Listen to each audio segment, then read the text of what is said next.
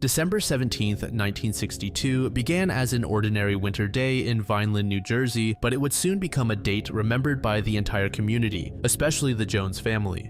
The morning started routinely for the Jones household. William Ebenezer Jones Sr., Billy's father, left early for his job at the New York Shipbuilding Company in Camden, about 30 miles away. Evelyn Jones, Billy's mother, had a busy morning planned with her children. She bundled up 3-year-old Billy and his younger sister, Jill, who was about 2 years old, for a series of errands. Their first stop was the bank. Following this, Evelyn took Billy for a haircut. Upon returning home, the children were eager to play outside despite the chilly December air. Billy, described as a lively boy with blondish brown hair and bright blue eyes, wore a light blue-gray snowsuit with a navy collar and distinctive silver buttons. His feet were clad in tan high-top sneakers with yellow laces, a detail that his mother would later recall with painful clarity. As the children prepared to go outside, Evelyn gave Billy a dime to keep in his pocket. Around 11:45 a.m., a neighbor reported seeing Billy playing alone outside their house. The neighbor, sensing that the young boy shouldn't be by himself, suggested that the child return home. This would be the last confirmed sighting of Billy.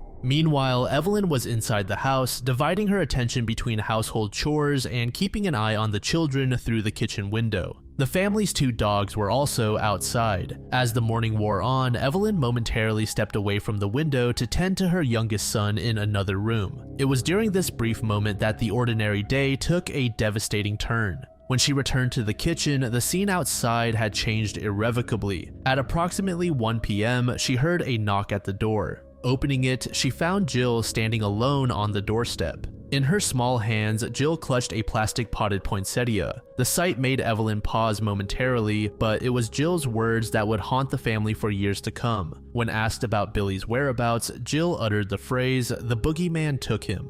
The search began around 2 p.m., approximately an hour after Billy's mother realized he was missing. The delay in notifying authorities, while understandable given the initial hope that Billy might simply have wandered off, would later be scrutinized as potentially crucial lost time. Nevertheless, once alerted, the Vineland Police Department sprang into action, quickly mobilizing all available resources. Within hours, the search effort had grown exponentially. More than 500 people, some traveling from as far as Philadelphia, converged on Vineland to aid in the search. Vineland High School, in a surprising move, allowed any student who wanted to participate in the search to take the day off from school, further swelling the ranks of volunteers. The search operation covered land, water, and air. The New Jersey National Guard was called in, bringing with them additional manpower and resources that significantly expanded the search capabilities. The search extended to every conceivable location within and around Vineland. Wooded areas and swamplands were combed through, with searchers leaving no stone unturned. The Palace of Depression, an abandoned automobile dump that had once been a local tourist attraction, received particular attention. This landmark not far from the Jones family home was thoroughly searched. Investigators even went so far as to dig up the grounds of the palace to no avail. Mayor Henry Garton took to the radio, issuing an appeal for information and galvanizing the community's efforts. Despite the extensive efforts, no trace of Billy was found. One of the earliest clues in the case was the plastic poinsettia that Billy's sister was holding when she returned home alone. Initially, this seemed to be a significant lead, with reports suggesting that someone had been selling these flowers in the neighborhood shortly before the disappearance. This led to speculation about a possible connection between a flower vendor and Billy's vanishing. However, this lead ultimately proved to be a dead end. Investigators later discovered that the plastic flower had simply been retrieved from a neighbor's trash and had been passed around by several local children. The family's basset hound, named Baby Cakes, provided another puzzling clue. The dog was initially missing along with Billy, but was later found a short distance from the home, inexplicably soaking wet. This detail sparked numerous theories and speculations. Some wondered if Billy had accidentally fallen into a nearby body of water, possibly Little Robin Branch, and the dog had tried to save him. Others theorized that the boy might have gone into the water after the dog. The family noted that Billy would have done anything for baby cakes, lending credence to these particular theories. Investigators searched nearby bodies of water, but no evidence of Billy was found. Another significant theory revolved around the trash collection that occurred in the area on the day of Billy's disappearance. Investigators learned that there had been a trash pickup between 1:30 p.m. and 2 p.m. This information opened up a grim possibility. Authorities considered whether Billy could have crawled into a trash bin, or even more disturbingly, whether he could have been the victim of foul play and disposed of in this manner. The trash collectors were thoroughly questioned, but they insisted they hadn't seen the boy and would have noticed if a child had been emptied into their truck. Despite their assurances, investigators took the extraordinary step of searching the local landfill. However, this search, like many others, yielded no results. As the investigation progressed without any substantial leads, the Jones family turned to alternative methods for answers. They consulted a local psychic, hoping for insights that traditional investigative methods had failed to provide. The psychic offered a theory that would give the family hope for years to come. She claimed that Billy was still alive and had been abducted by a man whose wife was experiencing a mental breakdown due to the death of her own toddler son. The theory suggested that Billy had been taken to an Amish area in Pennsylvania and was being raised by a new family. However, investigators were skeptical of this theory. They pointed out that as Billy grew older, he would likely have memories of his real family and would have informed somebody of his true identity. In 1964, approximately 2 years after Billy's disappearance, another local psychic offered a different and more tragic theory. They told investigators that the boy had been struck and killed by someone who did not intend to harm him. According to this theory, the person responsible had panicked and buried Billy in a nearby area. The psychic even provided investigators with a description of the man's car and appearance. Despite this detailed information, no evidence was found to corroborate this theory and no arrests were made. One of the most intriguing developments in the case came years later when Billy's sister underwent hypnosis in an attempt to recover more memories from the day of her brother's disappearance. Under hypnosis, Jill recalled a vivid and disturbing scene. She described holding hands with Billy as they witnessed two men fighting in front of an oil drum fire at the Palace of Depression. Jill's recollection included the detail of running away from the scene. "I remember running and eventually I could see the door to my house," she said. This memory led to renewed interest in the palace as a potential crime scene. Investigators theorized that Billy could have wandered into it or possibly been hit by a car and disposed of there. But as I shared earlier, no evidence was found at the location. In 2009, police detective Christian Kirchner reopened the case, leveraging advancements in DNA technology and investigative techniques. The FBI released age-progressed photos of Billy to show what he might look like as an adult, hoping to generate new leads. Jill provided a DNA sample which has been submitted to various databases in hopes of finding a match. As of January 2025, the case remains unsolved, marking over 6 decades since Billy's disappearance. It stands as one of the oldest missing children cases for those under 5 years old in New Jersey. The FBI and local authorities continue to seek information that could lead to resolving this long-standing mystery. The case has garnered renewed interest in recent years, thanks to advancements in forensic science, the power of social media, and the persistent efforts of cold case detectives. While no breakthrough has been made, the hope remains that someday the truth about Billy's fate will come to light.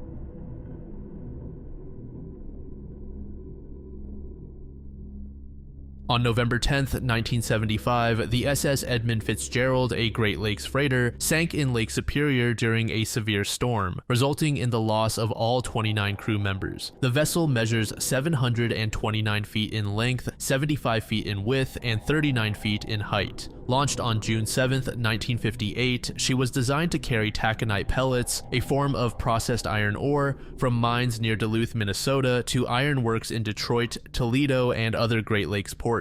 For 17 years, the Fitzgerald had been a record-setting workhorse, often breaking her own milestones. In 1969, she set a record for a single-trip load of about 27,402 long tons. On the afternoon of November 9th, 1975, the ship departed from Superior, Wisconsin under the command of Captain Ernest M. McSorley. The ship was loaded with 26,000 long tons of taconite pellets bound for a steel mill on Zug Island near Detroit, Michigan. The Fitzgerald left port at approximately 2:15 p.m., quickly reaching full speed of about 16 miles per hour. As the Fitzgerald began her journey, she was soon joined by another freighter, the SS Arthur M. Anderson, captained by Jesse Bernie Cooper. The Anderson had departed from Two Harbors, Minnesota, and was destined for Gary, Indiana. The two ships made radio contact and would remain in communication throughout much of the voyage. At the time of departure, the weather forecast was not unusual for November on the Great Lakes. The National Weather Service had predicted that a storm would pass just south of Lake Superior by 7 a.m. on November 10th. However, as the ships progressed, the weather conditions began to deteriorate rapidly. By the evening of November 9th, gale warnings were issued for Lake Superior. The storm system that had formed in the southern plains was moving northeast and intensifying significantly. In response to the worsening forecast, Captains McSorley and Cooper agreed to alter their course, taking a more northerly route across Lake Superior. This decision was based on the belief that the highlands on the Canadian shore would offer some protection from the building storm. As November 10th dawned, the storm continued to intensify. By late afternoon, wind speeds had reached 50 knots, with the Anderson reporting hurricane-force winds of 75 knots. Wave heights were estimated to reach 25 to 35 feet. Captain McSorley would later describe these as one of the worst seas he had ever experienced in his long career. The severity of the storm became increasingly apparent as the day progressed. At approximately 3:30 p.m. on November 10th, McSorley radioed the Anderson with a troubling report. He informed them that the Fitzgerald had, quote, sustained some topside damage and was taking on water. Specifically, McSorley reported that a fence rail had been laid down, 2 vents were lost or damaged, and the ship had developed a list. Despite these issues, the captain seemed to believe the situation was manageable. When asked by the Anderson if the Fitzgerald's pumps were operating, McSorley confirmed that both pumps were indeed running. He requested that the Anderson stay nearby until the Fitzgerald could reach the relative safety of Whitefish Bay. The situation continued to deteriorate over the next hour. At around 4:10 p.m., Captain McSorley radioed the Anderson again, this time with even more concerning news. Both of the Fitzgerald's radars had failed, leaving the ship essentially blind in the turbulent storm.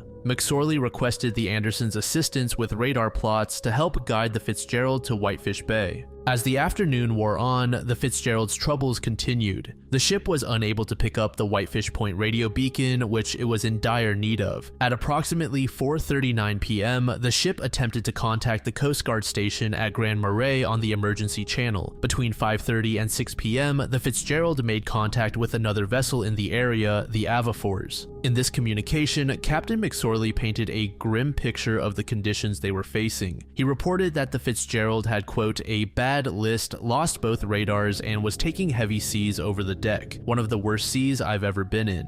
Despite these challenges, the vessel continued to battle through the storm, making slow progress toward the hoped-for shelter of Whitefish Bay. The Anderson, still trailing behind, did its best to provide assistance and guidance through the storm. At approximately 7:10 p.m., the Anderson and the Fitzgerald had their final radio exchange. The Anderson asked how the Fitzgerald was doing under the current conditions. Captain McSorley's response was both brief and haunting. He said, "We are holding our own." These were the last words ever heard from the Edmund Fitzgerald or her crew. What exactly happened in the next 10 to 20 minutes remains a mystery. Sometime between 7:20 and 7:30 p.m., the Edmund Fitzgerald suddenly disappeared from the Anderson's radar. The ship, with its crew of 29, vanished into the depths of Lake Superior. The Fitzgerald's last known position was approximately 17 miles from the entrance to Whitefish Bay. She had been less than an hour's journey from relative safety at her top speed. Instead, she now lay broken in 2 pieces, 530 feet below the surface of Lake Superior.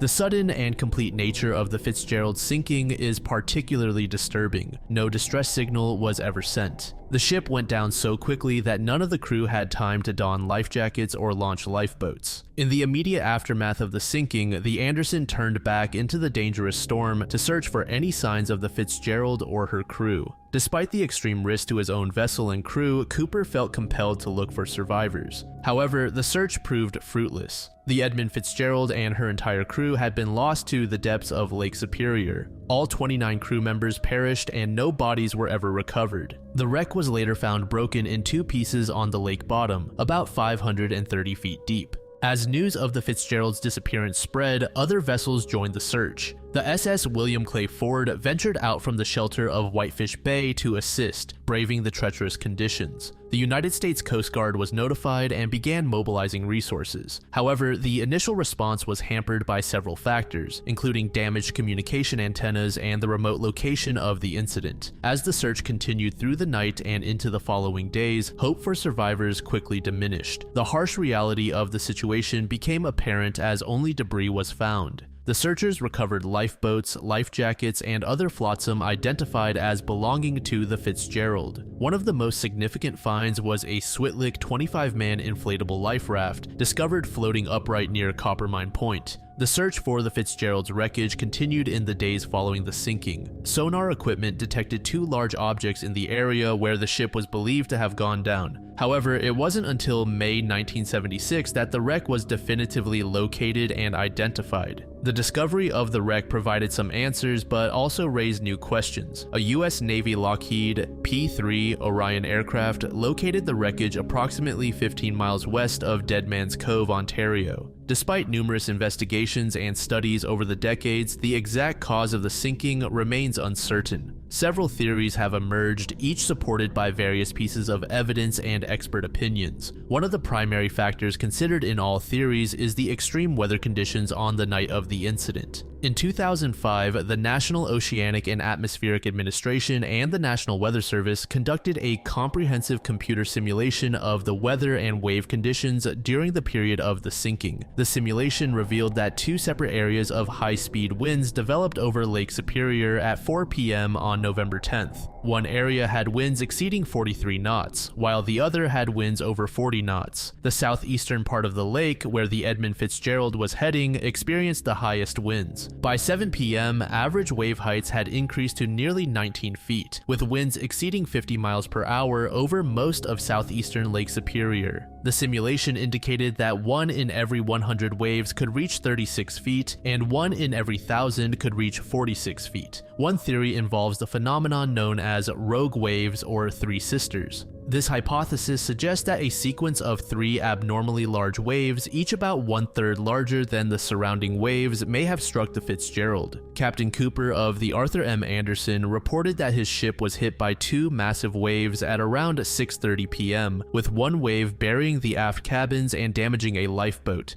Cooper believed that these waves, possibly followed by a third, continued in the direction of the Fitzgerald and may have struck it around the time it sank. The U.S. Coast Guard Marine Casualty Report, released on July 26, 1977, proposed that the accident was caused by ineffective hatch closures. This theory suggests that the hatch covers failed to prevent waves from gradually flooding the cargo hold throughout the final day of the voyage. This flooding would have resulted in a fatal loss of buoyancy and stability, causing the ship to suddenly plummet to the bottom without warning. However, this theory has been contested. Video footage of the wreck site showed that most of the hatch clamps were in perfect condition. The Coast Guard Marine Board concluded that the few damaged clamps were likely the only ones that had been fastened. Another theory proposes that the ship may have suffered from structural weaknesses, possibly exacerbated by modifications to its winter load line that allowed for heavier loading and lower travel in the water. This hypothesis suggests that the combination of an already weakened structure and the stress from large waves could have caused a catastrophic hull failure. Support for this theory comes from testimony by former crewmen. Richard Orgel, a former second mate who served on the Fitzgerald in 1972 and 1973, stated that the ship had a tendency to bend and flex during storms, like a diving board after somebody has jumped off. He believed that hull failure was the cause of the sinking, citing observations of stress in the side tunnels evidenced by cracking and splintering of white enamel paint.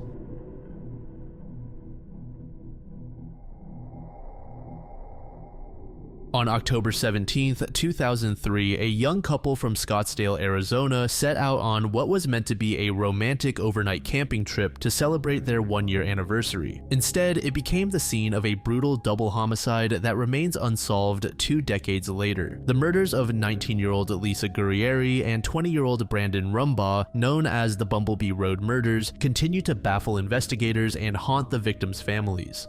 Lisa was born in 1984 and was described as a vibrant and energetic young woman with a bright future ahead of her. She worked as a secretary for the Salt River Project, a local utility company in Phoenix, where she was known for her diligence and friendly demeanor. Colleagues remembered her for her infectious smile and ability to light up a room with her presence. Lisa had a close-knit family and was particularly close to her mother, Paula, with whom she shared a deep bond. The year 2003 had already been a challenging one for Lisa and her family. Earlier that year, she had lost her father to cancer. In the wake of this loss, Lisa's uncle Mike had taken on a paternal role in her life, providing support and guidance. This family dynamic would later play a role in the events surrounding her disappearance and the subsequent investigation. Brandon Rumbaugh, 20 years old at the time of his death, was a student at Arizona State University. Along with going to school, Brandon worked as a personal trainer in his extra time. He had previously served in the Marine Reserves, but was medically discharged due to a knee injury. This experience in the military had instilled in him a sense of discipline and camaraderie that was evident in his relationships with friends and family. Those who knew Brandon from his childhood described him as a happy and goofy kid, traits that he carried into his adult life. He had a passion for the performing arts, having been involved in dance and music during his high school years. Lisa and Brandon's relationship was relatively new but intense. They had been dating for exactly 1 year at the time of their deaths. Friends and family often remarked on how well suited they were for each other, with Brandon treating Lisa, quote, like a queen.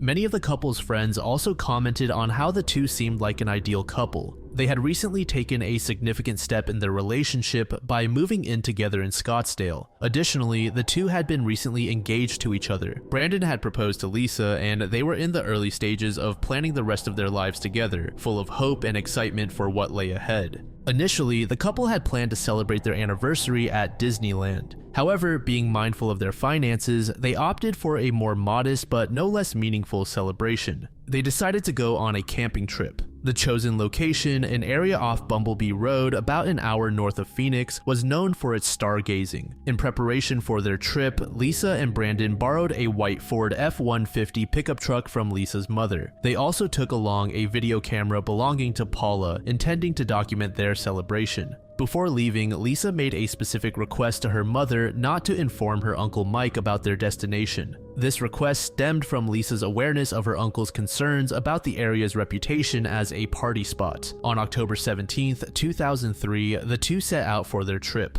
The couple's last known actions involve stopping by a grocery store in Scottsdale to purchase a disposable camera. This simple act of buying a camera would later provide investigators with crucial evidence and the last known images of Lisa and Brandon alive. As they set out on their journey, Lisa's mother called to check on them. During this call, Lisa mentioned that they were not yet at their destination and still had many miles to go. Everything seemed normal during this conversation, with no hint of the tragedy that was to unfold. The exact timeline of events after this phone call remains unclear, as there were no known witnesses to the couple's activities that night. However, based on the evidence gathered by investigators, some details about their final hours have been pieced together. It's believed that Lisa and Brandon arrived at their chosen campsite off Bumblebee Road sometime in the evening. The location was approximately 2 miles west of Interstate 17, in a dirt parking area that was popular among campers and off-road enthusiasts. The remoteness of the area, while perfect for stargazing, also meant that the couple was isolated from potential help or witnesses. The morning of October 18th began with growing concern for the families of Lisa and Brandon. The young couple had failed to return from their overnight camping trip as planned, and their absence was immediately noticed. Brandon was expected at work that morning, and his failure to show up was out of character for the responsible 20-year-old. As the hours passed without any word from Lisa or Brandon, anxiety began to mount.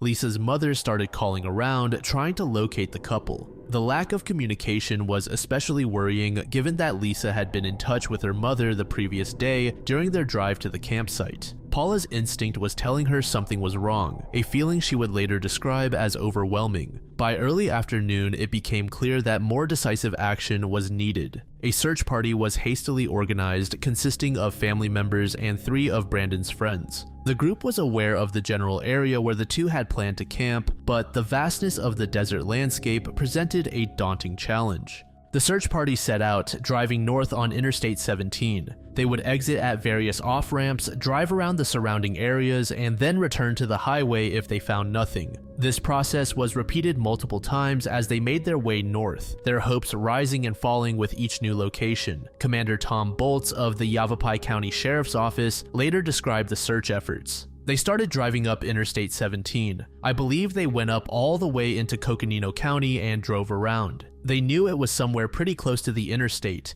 and so they would get off at an off-ramp, drive around. They didn't find them, and they kept doing that until they got down to Bumblebee Road. The persistence of the search party would ultimately lead to a grim discovery. At approximately 3:30 p.m. on October 18th, the group of Brandon's friends arrived at a dirt parking area off Bumblebee Road. This location was about 2 miles west of Interstate 17 in a remote part of Yavapai County. As they approached the area, they spotted a familiar sight: the white Ford pickup truck that Lisa had borrowed from her mother for the camping trip. The truck was parked in a sandy area just off the road, seemingly undisturbed. At first glance, nothing appeared out of the ordinary, which may have momentarily raised hopes that Lisa and Brandon were simply exploring the area. However, as the friends drew closer to the vehicle, they noticed something in the bed of the truck. To their horror, they realized that the sleeping bags in the uncovered truck bed were occupied. Inside these sleeping bags were the bodies of Brandon and Lisa. At first, the friends thought the two might be sleeping. It was only upon closer inspection that the terrible truth became clear. The friends, now faced with this horrifying scenario, knew they needed to alert authorities immediately. They quickly left the scene to flag down a nearby police officer. As news of the discovery spread, the full weight of the tragedy began to settle on the families and friends of Lisa and Brandon. What had started as a celebration of young love had ended in an unthinkable act of violence. The remote location that was meant to provide a romantic getaway had instead become the scene of a brutal double homicide. The sheriff's office quickly took charge of the investigation. Initial observations at the scene provided some immediate, albeit limited, information. Both Lisa and Brandon had sustained multiple gunshot wounds to the head and torso. The presence of the sleeping bags suggested that the couple might have been attacked while sleeping or preparing to sleep. As detectives combed the area, they made a significant discovery about 40 yards away from the truck. A disposable camera, which the couple had purchased for their trip, was found broken in half near some rocks. This camera would prove to be a vital piece of evidence, providing investigators with some of the last images of Lisa and Brandon alive. 2 of these photos showed Lisa and Brandon separately, sitting in the bed of the truck, smiling and seemingly enjoying their anniversary celebration. These images are believed to be the last photos taken of the couple alive, capturing moments of happiness just before their lives were tragically cut short. A third photo from the camera added an element of mystery to the case. It was an overexposed image showing a light fixture inside a building. Investigators initially speculated that this might have been taken inside a restaurant in the town of Bumblebee, which has since been converted into a different business. However, the exact location and significance of this photo remain unclear to this day. Interestingly, it was said that the Lisa had also borrowed a video camera from her mother. This other camera was never found, but its case was located inside the truck. The autopsy, performed on Monday, October 20th, provided more detailed information about the murders. It determined that Lisa and Brandon had been killed sometime between 7 p.m. on Friday, October 17th, and 8 a.m. on Saturday, October 18th. The murder weapon was identified as a .25 caliber handgun, an unusual choice for this type of crime due to its small caliber and relative rarity. The exact model of the firearm has never been disclosed publicly, likely a piece of information withheld by investigators to help verify potential leads or confessions. As the investigation progressed, detectives explored various theories and leads. One early theory suggested that the murders might have been committed by someone known to the couple, possibly motivated by jealousy. Lisa's family, in particular, suspected that someone they knew might have been involved. One specific angle within this theory focuses on one of Brandon's friends. This individual reportedly had strong romantic feelings for Lisa. The theory suggests that jealousy could have been a motive for the murders. Adding to the suspicion, this friend was part of the group that discovered the bodies. Shortly after the murders, he allegedly packed up his home and left the state, leaving his residence completely empty when investigators arrived. It's worth noting that this friend was later given a polygraph test, which he passed and was subsequently cleared as a suspect. However, a detective on the case has stated that the individual should not have been ruled out based solely on the polygraph results and expressed a desire to re-interview him. One of the other primary theories is that the murders were the result of a random attack. The theory suggests that someone may have stumbled upon the couple's truck, intending to steal it or its contents, and was surprised to find Lisa and Brandon sleeping in the back. This unexpected encounter could have led to the shootings. Supporting this theory is the remote location of the crime scene. Bumblebee Road, while known as a camping spot, was also reputed to be a party location. The area's isolation and reputation for illicit activities could have made it an attractive location for opportunistic criminals. The random attack theory gains some credence when considering a similar crime that occurred 6 months later near Crown King, Arizona. In this incident, 2 men were shot and their truck stolen. The suspect in that case, identified as Rusty Rankin, later committed suicide during a police standoff in Colorado Springs. While investigators have explored a possible connection between the 2 cases, no definitive link has been established. However, the random attack theory has its detractors. Lisa's family, in particular, does not believe the crime was random. The multiple gunshot wounds sustained by both victims and the fact that nothing of significant value appears to have been stolen aside from the video camera could suggest a more personal motive. On a different note, investigators learned of an argument between Brandon and an unidentified man at the couple's apartment the night before their camping trip. This man was described as being in his 40s, white, husky, and wearing a white t-shirt and blue jeans. While this lead hasn't been publicly connected to any specific suspect, it remains an intriguing detail that could potentially point to a known assailant. Another lead suggested a man named Michael Villers could have been involved. He was a 32-year-old Phoenix resident and his black Ford truck was reportedly seen near the crime scene. However, it's unclear from more recent reports whether he was ever considered a serious suspect or if this lead was thoroughly investigated and dismissed. One of the most intriguing pieces of evidence in the case is the overexposed photo found on the disposable camera at the crime scene. This photo has led to speculation about the couple's movements on the night of their murder. Did they stop at a local establishment? If so, did they encounter their killer there? Or did the killer take the photo after the murders, as some have theorized? While the significance of this photo remains unclear, it continues to be a focal point for investigators and amateur sleuths alike. The sheriff's office has stated that they are still trying to identify the location where this photo was taken.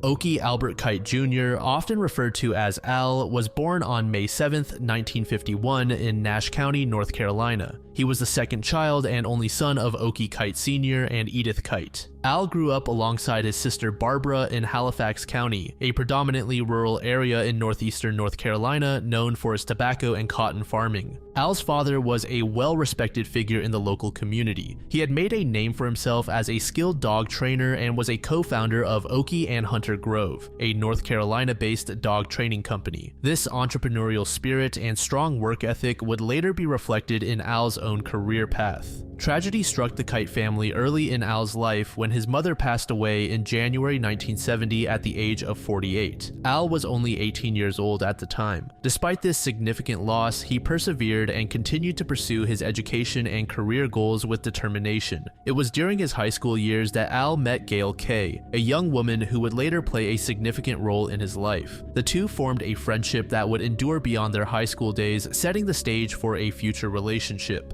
After graduating from Weldon High School, Al decided to further his education by attending Atlantic Christian College in Wilson, North Carolina. In college, he pursued a degree in business administration, laying the foundation for his future career in finance and project management. In 1971, while still a college student, Al began what would become a 31-year career with Stone & Webster, a large engineering services company. He quickly moved up the ranks, transitioning from timekeeper to accountant and eventually becoming a department head at the Surrey nuclear plant. This rapid progression early in his career set the tone for Al's professional life, characterized by competence, reliability, and a strong work ethic. In 1976, 5 years after starting his career with Stone & Webster, Al's personal life took a significant turn when he married Gail.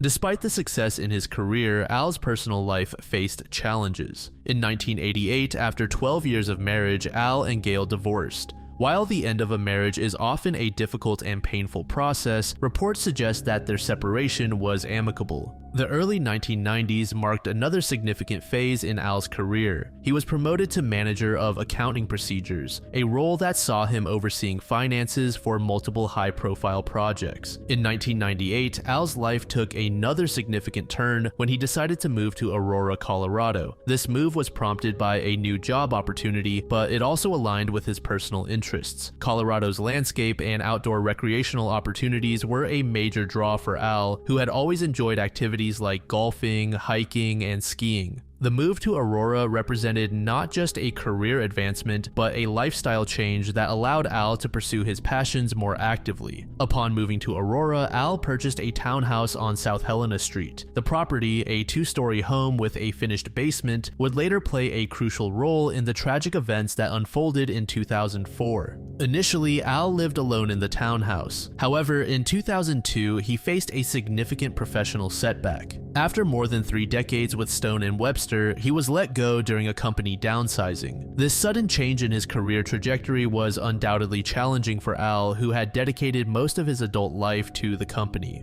However, he quickly found new employment with Carter & Burgess, a consulting firm in Denver. Around this time, Al made the decision to convert the basement of his townhouse into a rental apartment. This decision was partly motivated by the financial implications of his job change, as the additional rental income could help offset his expenses. Throughout his life, Al was known for his kind and trusting nature. His sister, Barbara Hannah, described him as very compassionate, very trusting, noting that these qualities, while admirable, may have ultimately contributed to the tragic events that would occur. Despite his successful career and friendly nature, Al never seemed to develop a large circle of close friends. This was likely due in part to the frequent moves his career demanded. However, he maintained strong connections with his family, particularly his sister Barbara and his stepdaughter Julie from his former marriage with Gail. As May 2004 approached, Al's life seemed stable and content. He had a job he enjoyed, a home he loved, a new relationship, and the ability to pursue his outdoor hobbies. The basement of his townhouse was rented out, providing additional income. However, in early May, Al's long-term tenant moved out, prompting him to advertise the basement apartment for rent. On May 18, 2004, a man calling himself Robert Cooper responded to Al's rental ad. Cooper presented himself as a professional from the East Coast, claiming to work for Wells Fargo Bank and stating that he was temporarily staying with his sister while looking for his own place. Al agreed to meet with Cooper to show him the basement apartment. Al's girlfriend, Linda Angelopoulos, briefly encountered Cooper during one of his visits to view the apartment. Though she didn't get a clear look at his face, she noted he was well dressed in nice pants and a suit jacket. This encounter would later prove crucial in piecing together the events leading up to the crime. On May 22nd, Al drove Linda to the airport for her trip to Virginia Beach. During the drive, he mentioned plans to make some repairs to the apartment and help Cooper move in some heavier items. This casual conversation would be one of the last Linda had with Al. Linda called Al when she landed around 3:30 p.m. on May 22nd. She later recalled that he seemed unusually quiet during the call, leading her to assume Cooper might have been present. This phone call is believed to be the last known contact anyone had with Al while he was still alive. The exact sequence of events following this phone call is unclear, but investigators believe that the attack on Al Kite began shortly after. Based on the evidence at the crime scene, it's theorized that Cooper struck Al from behind as he was walking down the stairs to the basement apartment. A wound on the back of Al's head supported this theory. What followed was a prolonged period of torture that investigators describe as one of the most brutal crime scenes they had ever encountered. Al was bound in a highly unusual and skilled manner. His hands were tied behind his back and his feet were bound to his wrist ligatures, effectively hog-tying him. The bindings were placed not just at the wrists and ankles, but also above the elbows, above the knees, and on the upper arms. This method of restraint rendered Al almost completely immobile, leaving him utterly helpless against his attacker. The killer then subjected Al to hours of excruciating torture. Using various sharp instruments, the assailant inflicted numerous wounds on Al's body. Detective Thomas Sobieski of the Aurora Police Department, one of the lead investigators on the case, described the scene as the worst he'd ever seen. Al had stab wounds above his eyes as well as in his eardrums. There was also severe beating and flogging of the soles of Al's feet. Interestingly, this method is typically associated with regions such as Turkey, which investigators used as a line of investigation. In total, Al suffered 22 stab wounds, which investigators believe were the final acts that ended his life. The level of violence and the specific methods of torture employed suggested to investigators that the killer either had extensive experience or had meticulously researched these techniques.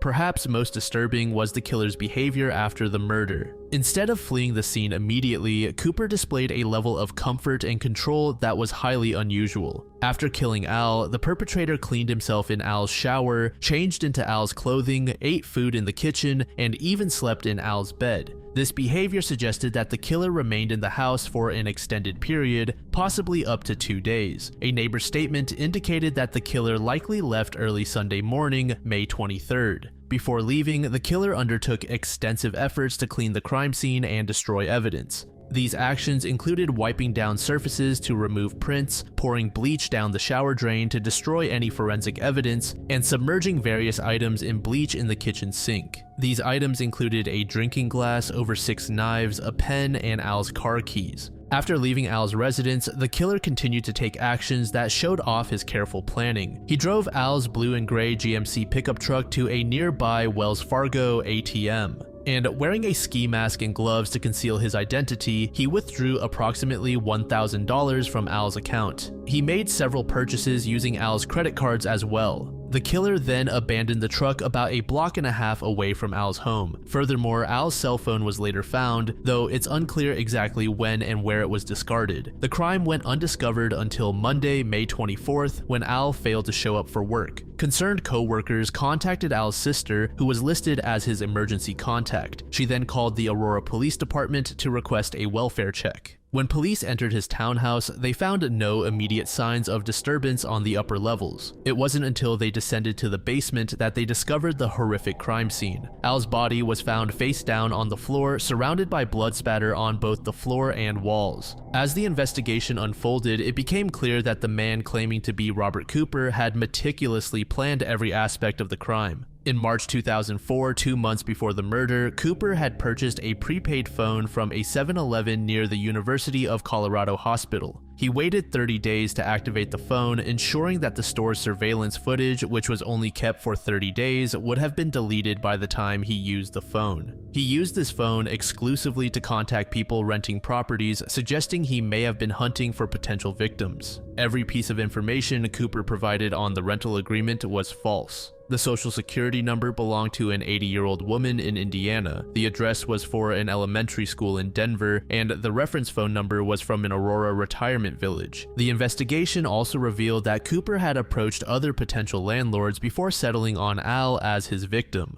One woman who taught Romanian at a local university reported that when she met Cooper, quote, "the hair stood up on the back of her neck." She noted that he had a slight Romanian accent. Witness descriptions of the killer varied widely, suggesting he may have used disguises or had the ability to significantly alter his appearance. Age estimates range from late 20s to mid-50s, and some noted an accent, while others detected none. He sometimes used a cane and had a severe limp, but other witnesses saw no mobility issues. Understandably, this inconsistency in descriptions has made it challenging for investigators to create an accurate profile of the killer.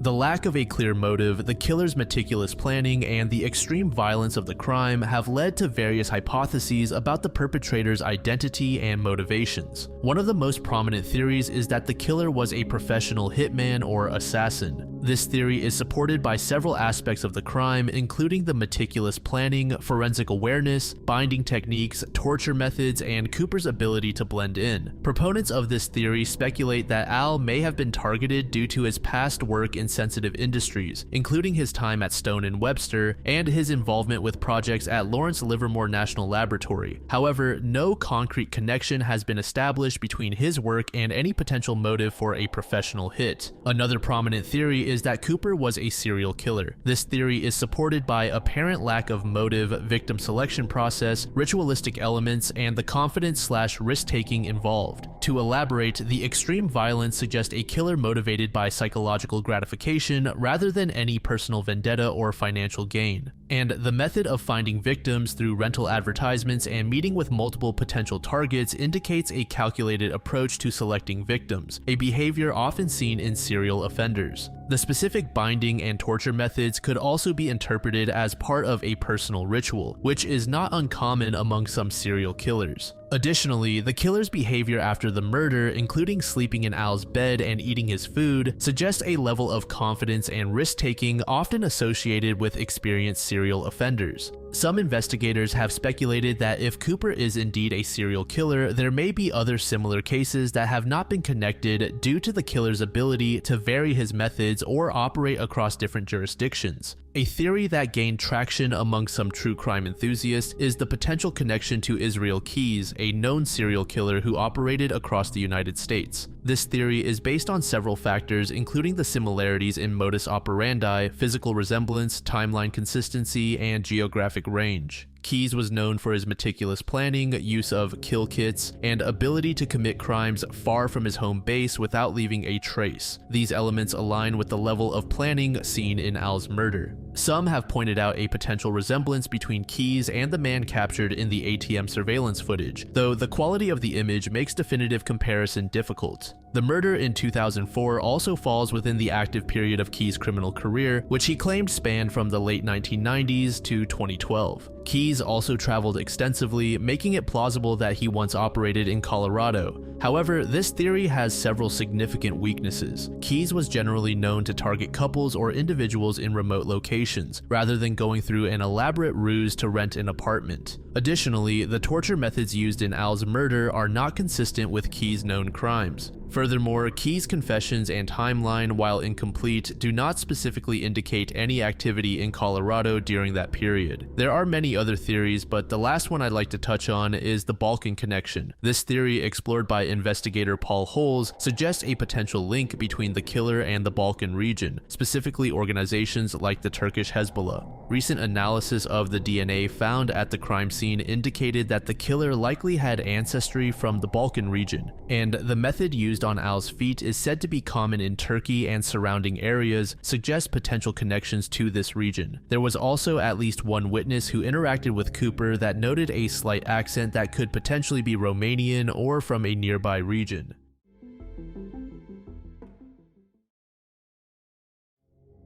Emanuela Orlandi was born on January 14, 1968 in Rome, Italy. She was the fourth of 5 children in a family with deep connections to the Vatican. Her father, Ercole, held a significant position within the papal household as a lay employee, working as an envoy or office clerk in the prefecture of the pontifical house. The family's apartment was located on the 2nd floor of the Vatican Gendarmerie building, situated within the fortified walls of Vatican City. This exclusive residence granted Emanuela and her siblings a childhood that was far from ordinary. The Vatican gardens, typically off limits to the public, were their playground. Pietro, Emanuela's older brother, would later recall, "The Vatican gardens were available to us as if it was our own back garden. We felt we were in the safest place in the world." Growing up in such close proximity to the heart of the Catholic Church, the Orlandi children experienced a life intertwined with the daily workings of the Vatican. They were among a select group of children granted Vatican citizenship, a status that cannot be acquired by birth due to the absence of a hospital within Vatican City. This citizenship would later become a significant factor in the complex investigation surrounding Emanuela's disappearance. At the time of her disappearance, she was a 15-year-old student attending a secondary school in Rome. She was described as a diligent and musically gifted teenager with a particular passion for the flute. 3 times a week, she would travel to the Tommaso Ludovico da Vittoria Music School for her flute lessons. The summer of 1983 was exceptionally hot in Rome. On June 22nd of that year, Emanuela's parents had traveled to the seaside town of Fiumicino to visit relatives. They planned to return shortly before 8 p.m. When they left that morning, all their children, including Emanuela, were at home. The girl's routine that fateful Wednesday seemed ordinary at first. She left her home in Vatican City around 4 p.m. to attend her music lesson. The scorching heat made the journey uncomfortable and she was running late. She had asked her brother Pietro to drive her, but he had other commitments, a decision that would haunt him for years to come. As Emanuela made her way to her lesson, an encounter occurred that would later become a crucial element in the investigation. At approximately 4:45 p.m., as she reached Palazzo Madama, she was reportedly approached by a man driving a BMW. This individual, described as being between 35 and 40 years old, offered her what seemed like an enticing opportunity, a well-paid job handing out flyers for Avon Cosmetics products at a fashion show for the renowned haute couture house Sorel Fontana. The man instructed Emanuela to ask her parents for permission and said he would wait for her answer after she finished school. After her music lesson, which typically ran from 5 to 6 p.m., Emanuela made a phone call home. She spoke with her sister Federica, mentioning the job offer she had received. Federica, exercising caution, advised her sister not to accept the offer without first discussing it with their parents. This conversation would be one of the last confirmed communications with Emanuela. Following her lesson, Emanuela participated in a choral singing class from 6 p.m. to 7 p.m., led by Monsignor Valentino Miserax Grau. On this particular day, classes were scheduled to end 10 minutes earlier than usual due to a mass being held in the school chapel to celebrate the silver wedding anniversary of some employees of the school. Emanuela had initially expressed a desire to leave early, around 6:40, but ultimately decided to stay until the end of the class. As the students prepared to leave, she was observed hurrying down the building's staircase, quickly passing and repassing the group of students. The last confirmed sighting of Emanuela was around 7:30 p.m. at a bus stop in Corso Rinascimento. She was seen in the company of two classmates, Raffaella Monzi and Maria Cassini, waiting for bus number 70. According to Monzi's account, Emanuela mentioned the job offer again, expressing indecision about whether to return home immediately or wait for the man who had made the offer to inform him that she would seek her parents' permission. When the bus arrived, it was overcrowded. Maria and Raffaella boarded, but Emanuela chose not to, saying it was too full. As the bus pulled away, the pair reported seeing Emanuela through the window, still at the bus stop, engaged in conversation with an unidentified girl with dark curly hair. This mysterious figure would become another piece of the puzzle in the investigation, as she was never identified despite extensive inquiries. From this moment on, Emanuela's whereabouts became a mystery that would baffle investigators, captivate the public, and spawn numerous theories for decades to come. When she failed to return home that evening, her family's concern quickly escalated to alarm. The following morning, June 23rd, she was officially declared missing. The immediate aftermath of the disappearance was marked by a flurry of activity and a series of perplexing events. Her family, deeply worried, began searching for her and contacted the authorities. Initially, they were advised to wait, as it was not uncommon for teenagers to stay out late. However, given the Orlandi family's unique status and connection to the Vatican, the case quickly gained attention. The first significant development in the investigation came from an unexpected source. Giulio Genghi, a young agent of Italy's domestic intelligence agency and a friend of the family, took the initiative to question two police officers who had been on duty near Palazzo Madama on the evening of Emanuela's disappearance. Both officers reported seeing a girl matching her description talking to a man holding an Avon Cosmetics bag. However, their accounts differed on the timing of this encounter. One officer placed a sighting before Emanuela's music lesson, while the other believed it occurred around 7 p.m. after her class had ended. The man in question was reportedly driving a dark green BMW. Giulio's investigation led him to track down this vehicle, which was undergoing repairs due to a broken window. Intriguingly, the window had been broken from the inside. Giulio discovered that the car belonged to a woman, but before he could delve deeper into this lead, he was abruptly removed from the investigation by his superiors. This early interference in the investigation would set a pattern of continuous obstructions and dead ends in the case for decades to come. The first of the mysterious phone calls came on June 25th, just 3 days after Emanuela's disappearance. At approximately 6 p.m., a young man calling himself Pierluigi contacted the Orlandi family. He claimed to be 16 years old and reported that he and his fiancée had encountered a girl matching Emanuela's description in Campo dei Fiori, a popular square in Rome. This individual mentioned several specific characteristics that aligned with the girl's appearance. He noted her long dark hair, her flute, and even mentioned that she wore glasses but didn't like to wear them. These details, which were not public knowledge at the time, lent credibility to the account. According to Pierluigi, the girl had introduced herself as Barbarella and stated that she had run away from home. She was allegedly selling Avon products, a detail that would become a recurring theme in subsequent calls and theories about the disappearance. Pierluigi made 2 more calls on the same day and the day after, providing additional information about himself and more details about the girl he had seen. The specificity of the information and the mention of Avon products, which had not yet been made public, led investigators to believe that Pierluigi's calls might be genuine. However, the calls also raised suspicions. During one of his calls, the man mentioned that he was calling from a restaurant in a seaside location. Investigators later discovered that on that very evening, a friend of Emanuela's named Pierluigi Magnesio was indeed at a restaurant in the seaside town of Ladispoli. This coincidence led investigators to suspect that the callers either had intimate knowledge of Emanuela's social circle within the Vatican or were being guided by someone with inside information. The mysterious calls continued on June 27th when a man identifying himself as Mario contacted the family. Mario claimed to own a bar near Ponte Vittorio, located between the Vatican and Emanuela's music school. He reported that he knew a boy and 2 girls who had been selling Avon products in recent days. One of these girls, he said, was a young woman from Venice named Barbara, who had confided in him about running away from home but intended to return for her sister's wedding. This detail about a sister's wedding aligned with Emanuela's circumstances, as her older sister Natalina was due to be married in September. When Emanuela's uncle asked Mario about the height of the girl he had seen, a second male voice could be heard in the background correcting Mario's estimate. This strange detail added to the growing sense that these calls were more than simple tips or coincidences. The frequency and specificity of these calls prompted agents from the Italian Secret Service to visit the Orlandi home.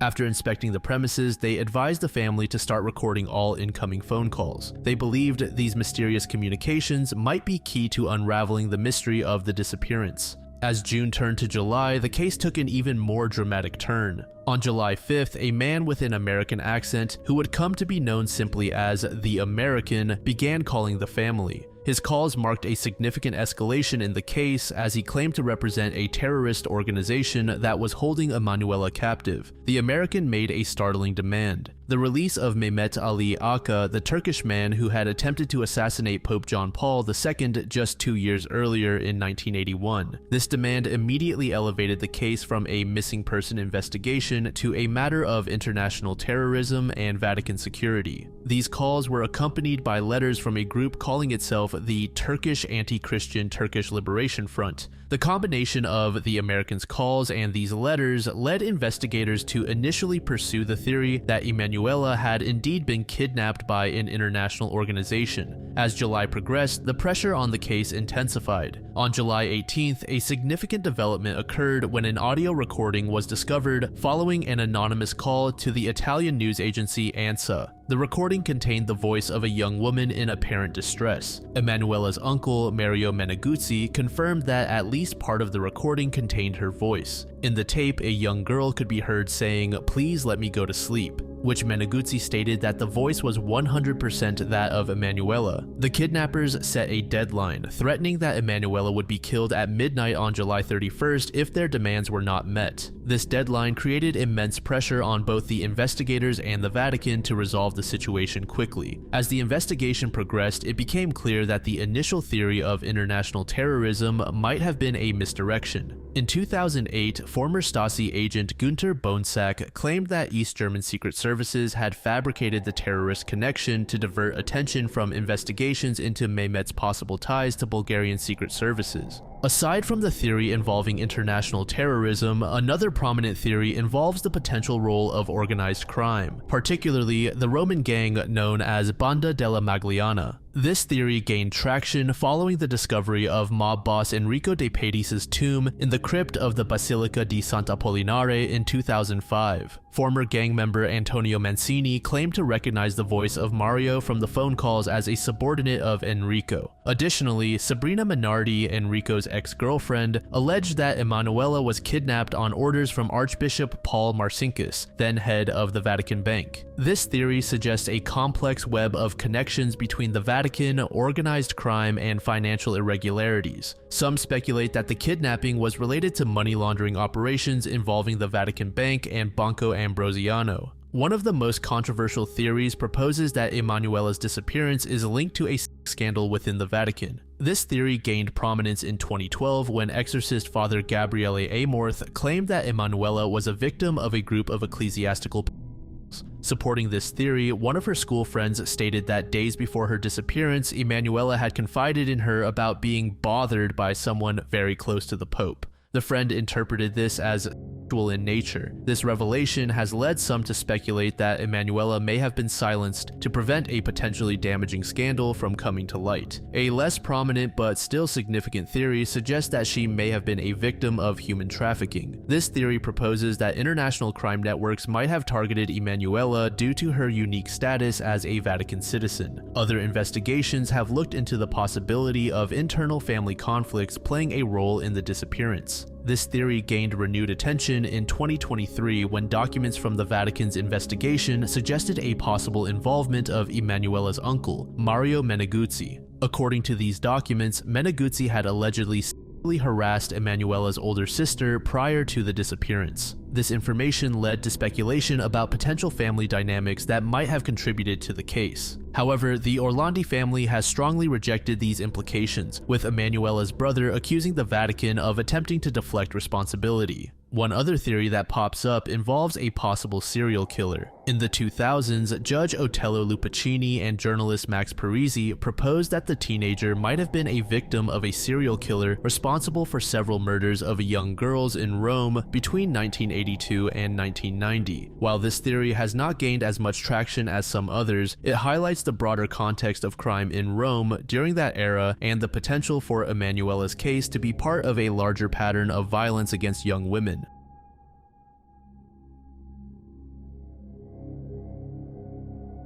The Cape Intruder case began in August 2005 in the quiet town of Cape Elizabeth, Maine. Known for its beautiful landscapes, rocky beaches, and iconic lighthouses, Cape Elizabeth was about to experience a series of unsettling events that would shatter its sense of security and leave a lasting impact on the community. A resident awoke in the middle of the night to find an unknown man standing in their bedroom, silently watching them sleep. The intruder, upon realizing he had been noticed, quickly fled the scene, leaving no trace of his presence. This initial encounter might have been dismissed as an isolated occurrence or even a vivid dream, had it not been followed by similar reports in the subsequent months.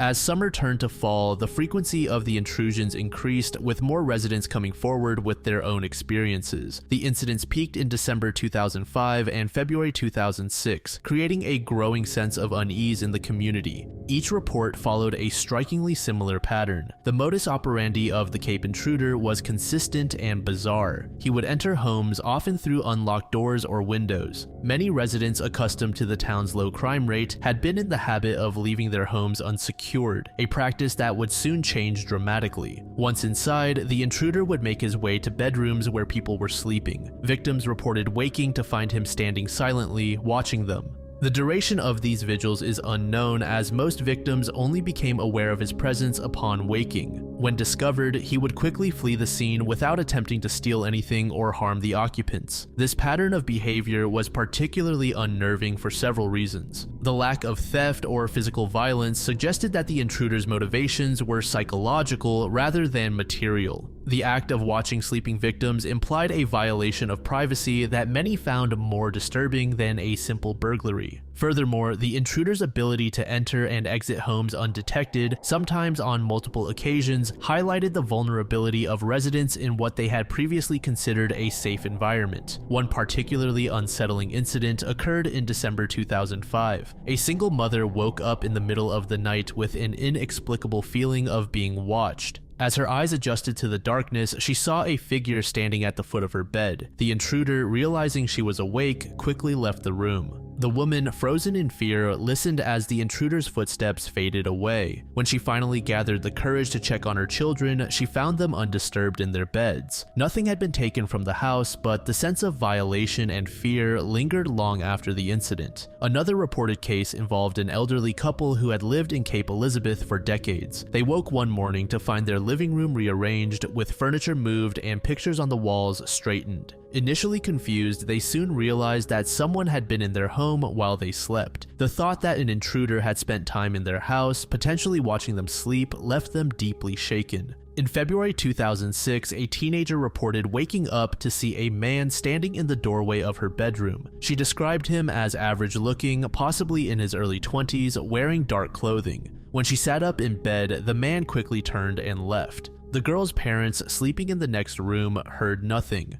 The police department launched an investigation into the incidents, but faced significant challenges. The lack of physical evidence left behind by the intruder made it difficult to build a case or identify a suspect. In most cases, nothing was stolen or disturbed, leaving no fingerprints or other forensic evidence for the police to work with. Based on eyewitness accounts, the police released a sketch of the suspect, describing him as a young man. However, the sketch depicted a rather average-looking individual, which made identification challenging. The vagueness of the description added to the community's unease, as the intruder could potentially be anyone. As abruptly as they began, the Cape Intruder incidents seemed to stop. No further reports were made after February 2006. Some skeptics have raised questions about the veracity of the Cape Intruder story. Despite multiple reported incidents, there was no physical evidence left behind by the intruder. Some researchers have noted a lack of extensive official records or mainstream news coverage of the incidents, raising questions about the scale and nature of the events. The possibility of sleep-related phenomena or community-wide anxiety influencing perceptions has been discussed.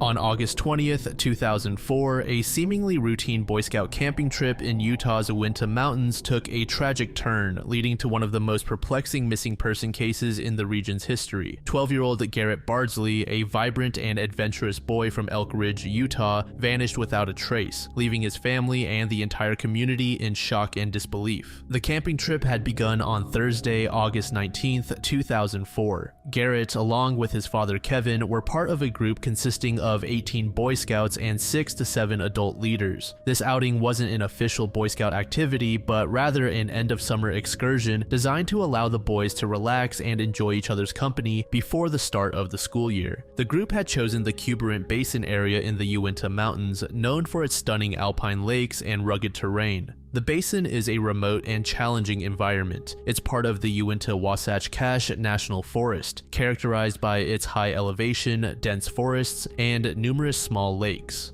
The area where the group was camping, near Cuberant Lake No. 4, sits at an elevation of over 10,000 feet. This high altitude contributes to rapid weather changes and cold nights, even in summer. On the morning of Friday, August 20th, Garrett and his father Kevin woke up early, around 8 a.m., eager to start their day with some fishing. While the rest of the group remained at the main campsite near Lake No. 4, Garrett and Kevin made their way to a smaller unnamed lake in the basin, often referred to as Lake No. 1. This lake was approximately 150 to 250 feet away from their campsite, a distance that under normal circumstances would take just a few minutes to walk. The father and son duo began fishing at the lake, enjoying nature. As they fished, Garrett accidentally stepped into the water, soaking his shoes, socks, and part of his pants. The morning was chilly, typical for the high-altitude location, and Kevin was concerned about Garrett's comfort and health in wet clothing. Garrett told his dad that he was uncomfortable in the wet clothes and expressed his desire to return to the campsite to change into dry ones. Kevin, believing it was a simple and safe task, agreed to let Garrett walk back to camp alone while he continued fishing. The decision seemed reasonable at the time. The campsite was close, the trail was short and familiar, and Garrett had walked it several times before.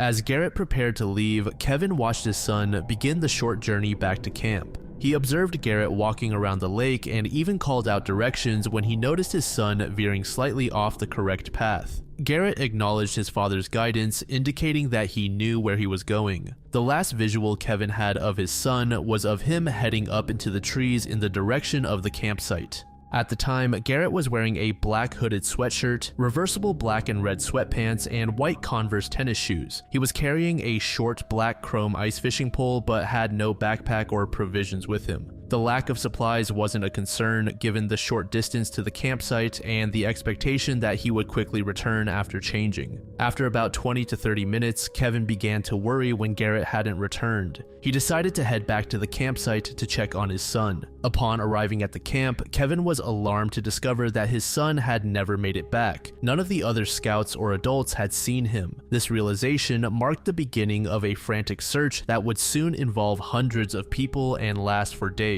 In the immediate aftermath of realizing Garrett was missing, Kevin and the other adults in the group began searching the area between the lake and the campsite. They called out Garrett's name repeatedly, hoping he had simply taken a wrong turn and would respond to their voices. However, they got no response from Garrett. As the reality of the situation set in, the search quickly expanded and professional search and rescue teams were alerted. The Summit County Sheriff's Office took charge of the operation, coordinating with various agencies and volunteer groups. Sheriff Dave Edmonds played a crucial role in overseeing the search efforts and communicating with the public. The search area initially covered a 3-mile radius from where Garrett was last seen, encompassing some of the most challenging terrains in the mountains. On the first full day of the search, Sunday, August 21st, more than 200 volunteers and search and rescue team members worked tirelessly, continuing their efforts well into the night. The search teams employed various methods, including foot searches, horseback patrols, and the use of search dogs. The rugged terrain, dense forests, and numerous small lakes and streams in the area presented significant challenges for the searchers. As news of the disappearance spread, the number of volunteers grew. People came from all over Utah and neighboring states to assist in the search. Many who couldn't be there in person contributed by sending supplies, food, and water for the searchers. The community response was overwhelming, demonstrating the power of collective action in times of crisis. The search efforts were further bolstered by additional resources from neighboring counties. Teams from Cache, Utah, Salt Lake, Wasatch, and Duchesne counties joined the operation, bringing with them specialized equipment and expertise. This inter-county cooperation significantly expanded the search capabilities and coverage area. Despite the extensive manpower and resources deployed, the search faced numerous challenges. The high altitude of the Cuberant Basin made the search physically demanding for rescuers. The weather was also a significant factor, with temperatures dropping to around 18 degrees Fahrenheit at night, creating potentially life-threatening conditions for both Garrett and the searchers. On August 24, 2004, 4 days into the search, a potential breakthrough occurred. Searchers found one of Garrett's Nike socks in a granite boulder field about half a mile from where he was last seen. Sheriff Dave Edmonds stated that the sock appeared to have been taken off a wet foot and wadded up, consistent with what they knew about Garrett's situation before he went missing. This discovery led to speculation that the boy might have sought shelter in the boulder field, possibly in a crevasse or outcropping to escape the cold weather.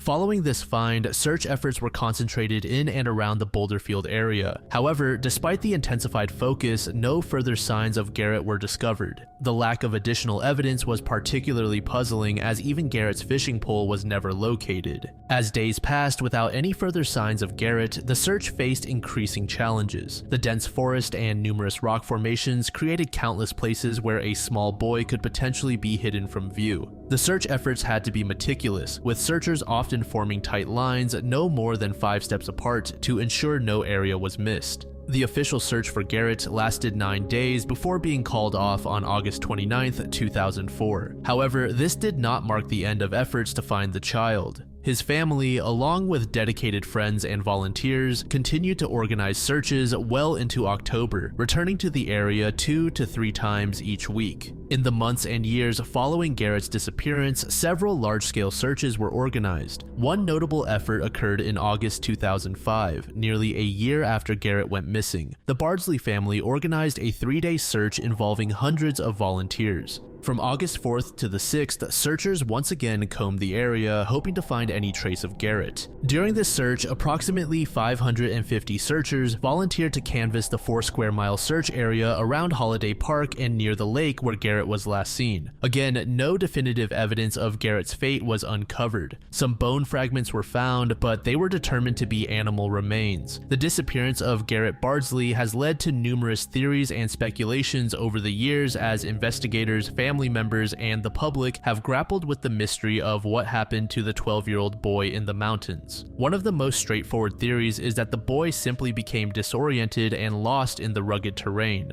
Despite the relatively short distance between the fishing spot and the campsite, the Uinta Mountains can be treacherous and confusing, especially for a young boy. The area is described as having dense forests, rocky outcroppings, and numerous small lakes and streams, which could easily disorient someone unfamiliar with the landscape. Supporters of this theory point out that even experienced hikers can become lost in such an environment. The fact that Garrett was wet and possibly cold might have contributed to poor decision making, causing him to stray from the path and wander deeper into the wilderness. Once lost, he may have continued moving in an attempt to find his way back, unknowingly traveling further from the search area. However, critics of this theory argue that the extensive search efforts, which covered a 3-mile radius from where Garrett was last seen, should have found some trace of him if he had simply gotten lost. The lack of additional evidence beyond the single sock remains a puzzling aspect of this theory. Closely related to the getting lost theory is the idea that Garrett may have sought shelter from the elements. This speculation gained traction after searchers found one of Garrett's socks about half a mile from where he disappeared in a granite boulder field. It's speculated that this could indicate Garrett had sought shelter in the cold weather, possibly by going into the boulder field. This theory takes into account the harsh weather conditions in the area.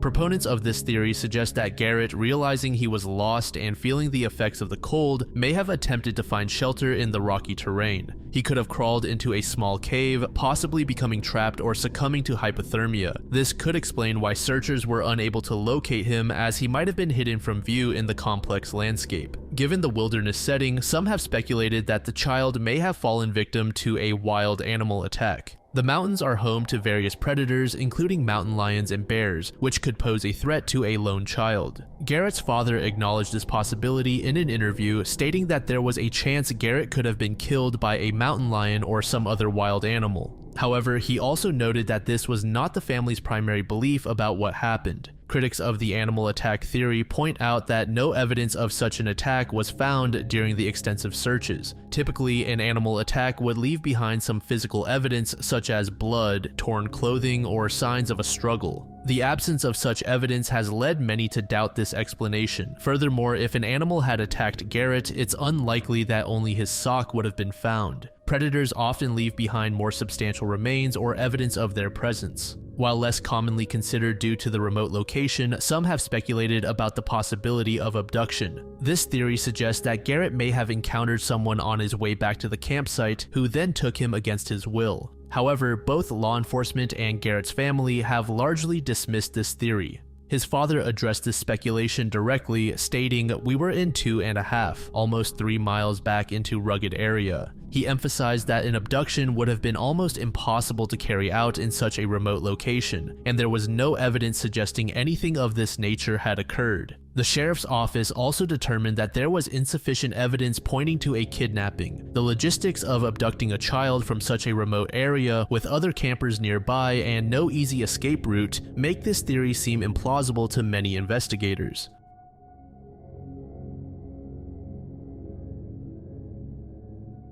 Hildegard Hendrickson, a 79-year-old retired Seattle University professor and avid mushroom hunter, mysteriously vanished on June 8, 2013, while on a solo mushroom foraging trip near Lake Wenatchee in Washington state. Her disappearance sparked an extensive search effort and left her family, friends, and peers with many unanswered questions. Born in 1934 in Yugoslavia to a family of German origin, Hendrickson's early years were shaped by the tumultuous events of World War II. As a young girl, she experienced firsthand the upheaval of war when her family was forced to flee their home as Russian forces advanced from the east. This led them to seek refuge in Austria, where they remained for some time before embarking on a new chapter in their lives. Determined to pursue higher education and build a better future, Hendrickson made the bold decision to emigrate to the United States. She settled in Seattle, Washington, a city that would become her home for decades to come. She enrolled at the University of Washington, embarking on an academic journey that would ultimately lead her to the highest echelons of her field. She earned not 1 but 3 degrees from the University of Washington. This rigorous educational background laid the foundation for her distinguished career in academia and established her as a formidable expert in her field.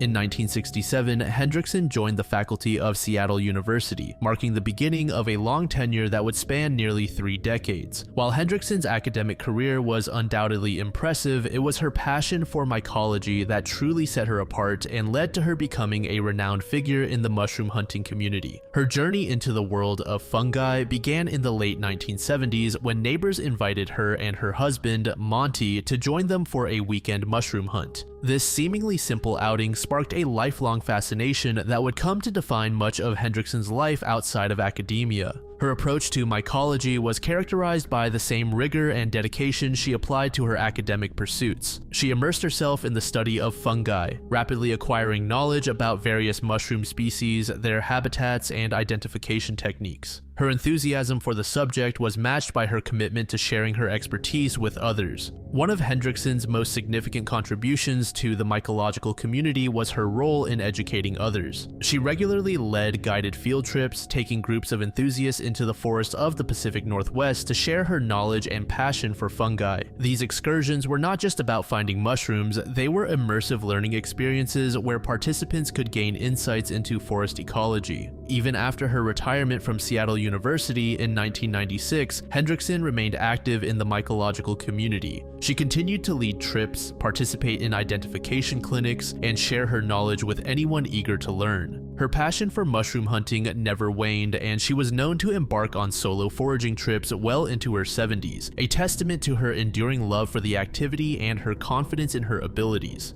On Saturday, June 8, 2013, Hendrickson embarked on what was meant to be a routine mushroom foraging trip, but it would tragically become her final known outing. She left her Seattle home early that morning, driving her light green 2012 Ford Focus sedan eastward along US Highway 2. Her destination was the Minnow Creek Trailhead, located approximately 15 miles northeast of Lake Wenatchee in the Okanogan-Wenatchee National Forest.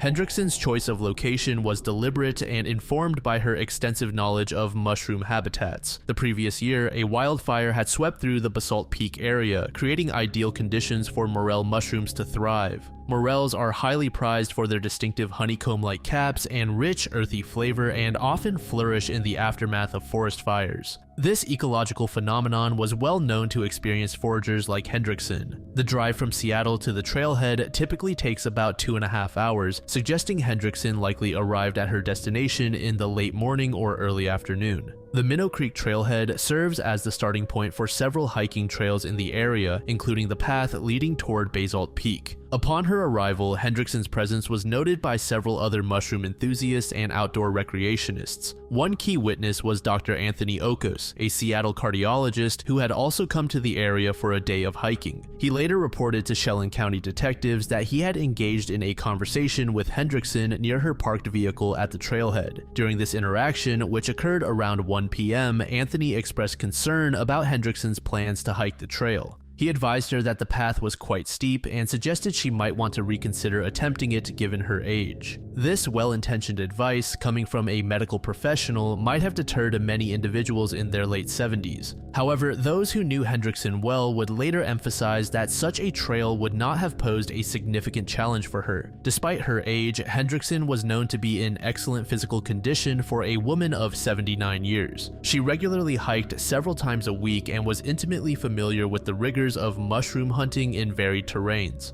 Her family and friends would later stress that she was not frail or feeble, but rather a vigorous and sharp individual who could out-hike many younger people. Undeterred by the doctor's cautionary words, Hendrickson prepared for her journey into the forest. She was last seen wearing a colorful shirt layered under a tan vest with multiple pockets, ideal for carrying small items and specimens. On her head, she wore a white or light-colored straw hat. Furthermore, she carried a silver metal collection basket, a tool allowing for proper air circulation to keep the delicate fungi fresh. Another item was a blue metallic hiking pole. As Hendrickson set off on the Minnow Creek Trail, she left her car parked at the trailhead. Notably, she left the car unlocked with the windows slightly open. Her purse, containing her identification and other personal items, remained in the vehicle. This was a common practice for her on these day trips as she preferred to travel light while foraging. The trail begins with an immediate incline. As she ascended the trail, her movements were observed by at least 2 other individuals who would later provide crucial testimony to investigators. At approximately 1:30 p.m., about half an hour after she began her hike, Hendrickson was spotted by 2 separate witnesses. The first was an unidentified hiker and the second was a Forest Service ranger. Both reported seeing Hendrickson about halfway up the trail, engaged in what appeared to be her intended activity, picking morel mushrooms just a few dozen feet from the established path. These sightings marked the last confirmed observations of Hendrickson.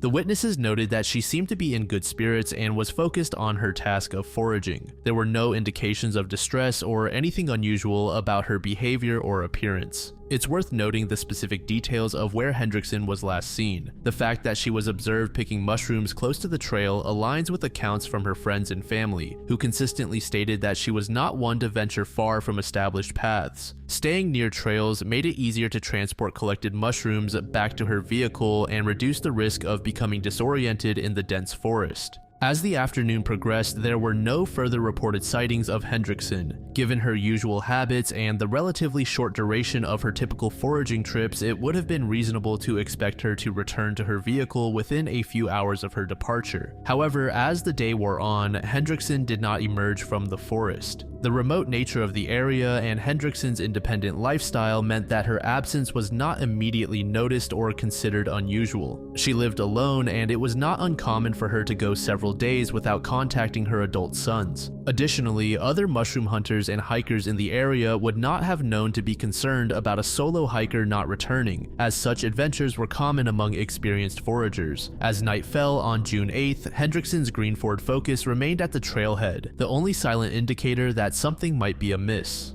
The following day, Sunday, June 9th, dawned with Hendrickson's vehicle still in place. Throughout this day and the next, various hikers and mushroom hunters would have passed by, perhaps noticing the car but not realizing its significance. It wasn't until Tuesday, June 11th, 3 full days after Hendrickson's disappearance, that alarm bells began to ring. At around 10:14 a.m., a fellow mushroom hunter named Igor Malsevsky contacted the Chelan County Sheriff's Office to report a suspicious situation involving Hendrickson's vehicle. Igor, who had been hunting for mushrooms in the Basalt Peak burn area for several days, had noticed that the vehicle had remained parked and unattended at the trailhead for at least 2 days. He noticed that the car was still unlocked and the windows were still in their slightly open position, indicating that the owner never once returned to it. Concerned that the vehicle's owner might be in trouble, Igor made the decision to look inside the car for any information that might identify the owner or explain the prolonged parking. It was during this inspection that he discovered Hendrickson's purse containing her identification. He recognized Hendrickson's name as he was familiar with her reputation in the mushroom hunting community, though he did not know her personally.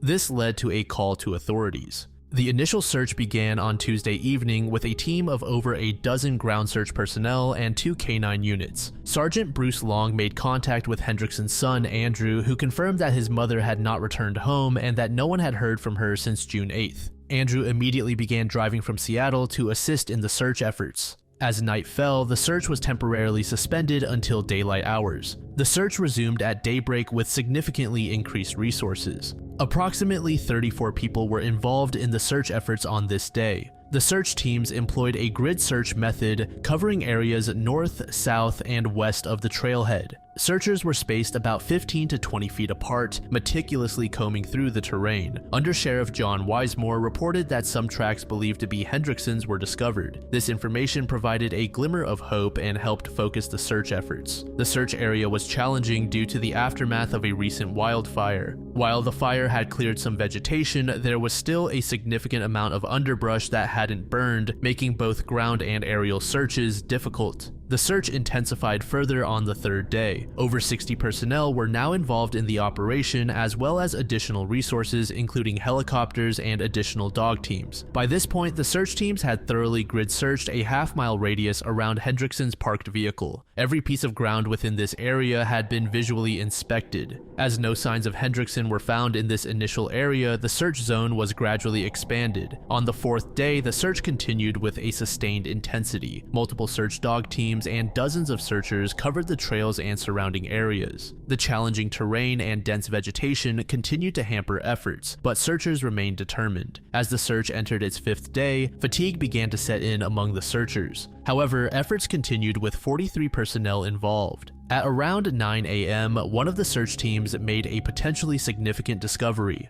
a plastic water bottle in nearly new condition. This was found just west of Minnow Creek, below the trail in the burned area. The area around this find was extensively searched, but no additional clues were uncovered. The sixth and final day of the initial search operation began at 8:15 a.m. The search teams were assigned to both new areas and previously searched high-probability zones. Despite the massive effort, which Deputy Gene Ellis would later call the largest search effort he had seen in his 24-year career with the department, no significant clues were discovered. The search covered more than 2,500 hours of collective effort, with high-probability areas being scoured up to 8 times. On June 16, 2013 at 4:50 p.m., the decision was made to suspend the active search for Hildegard Hendrickson. This difficult decision came after consultation with the Hendrickson family. Sheriff Brian Burnett explained that while the active search was being suspended, the case would remain open and detectives would continue to investigate. In the aftermath of the suspended search, missing person flyers with Hendrickson's information and photographs were posted at the trailhead and at the intersection of the Chickaman and Chihuahua roads.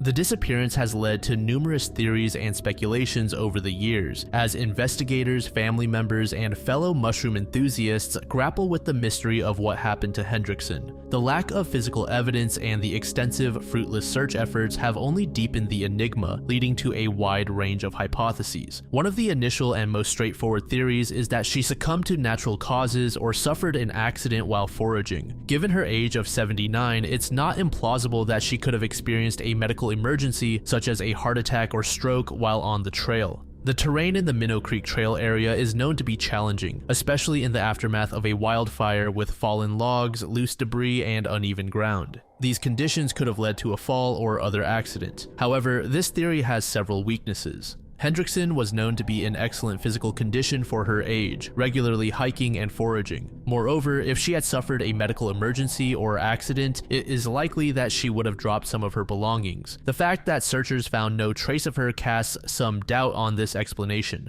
Another initial consideration was that Hendrickson simply got lost in the wilderness. However, this theory is generally dismissed by those who knew her best. She was an extremely experienced mushroom hunter with nearly 40 years of foraging under her belt. She was known for her pragmatic approach to mushroom hunting, typically staying close to trails and roads. Her expertise in navigation and familiarity with foraging areas make it unlikely that she would have become so thoroughly lost as to be unable to find her way back or be located by searchers. As the search progressed without any signs of Hendrickson or her belongings, the possibility of foul play began to gain traction. Sheriff Brian Burnett stated that while they had nothing specifically pointing to foul play, they were definitely not ruling that out. The complete lack of physical evidence, despite extensive searches, has led many to consider this a viable theory. During the investigation, reports emerged of a suspicious man seen in the area around the time of the disappearance. 2 women who were foraging reported encountering a man with a scar on his nose who asked unsettling questions such as, "Are you picking alone?" and "Are you hunting with men or women?" Detectives later identified this individual as Christopher Dodson, a mushroom forager who had come to the area with his friend Lester Stolze, a rescue volunteer. Both men were questioned and investigators did not consider them suspects. Christopher explained that he had heard about a missing person and was warning other foragers about potentially dangerous individuals in the area.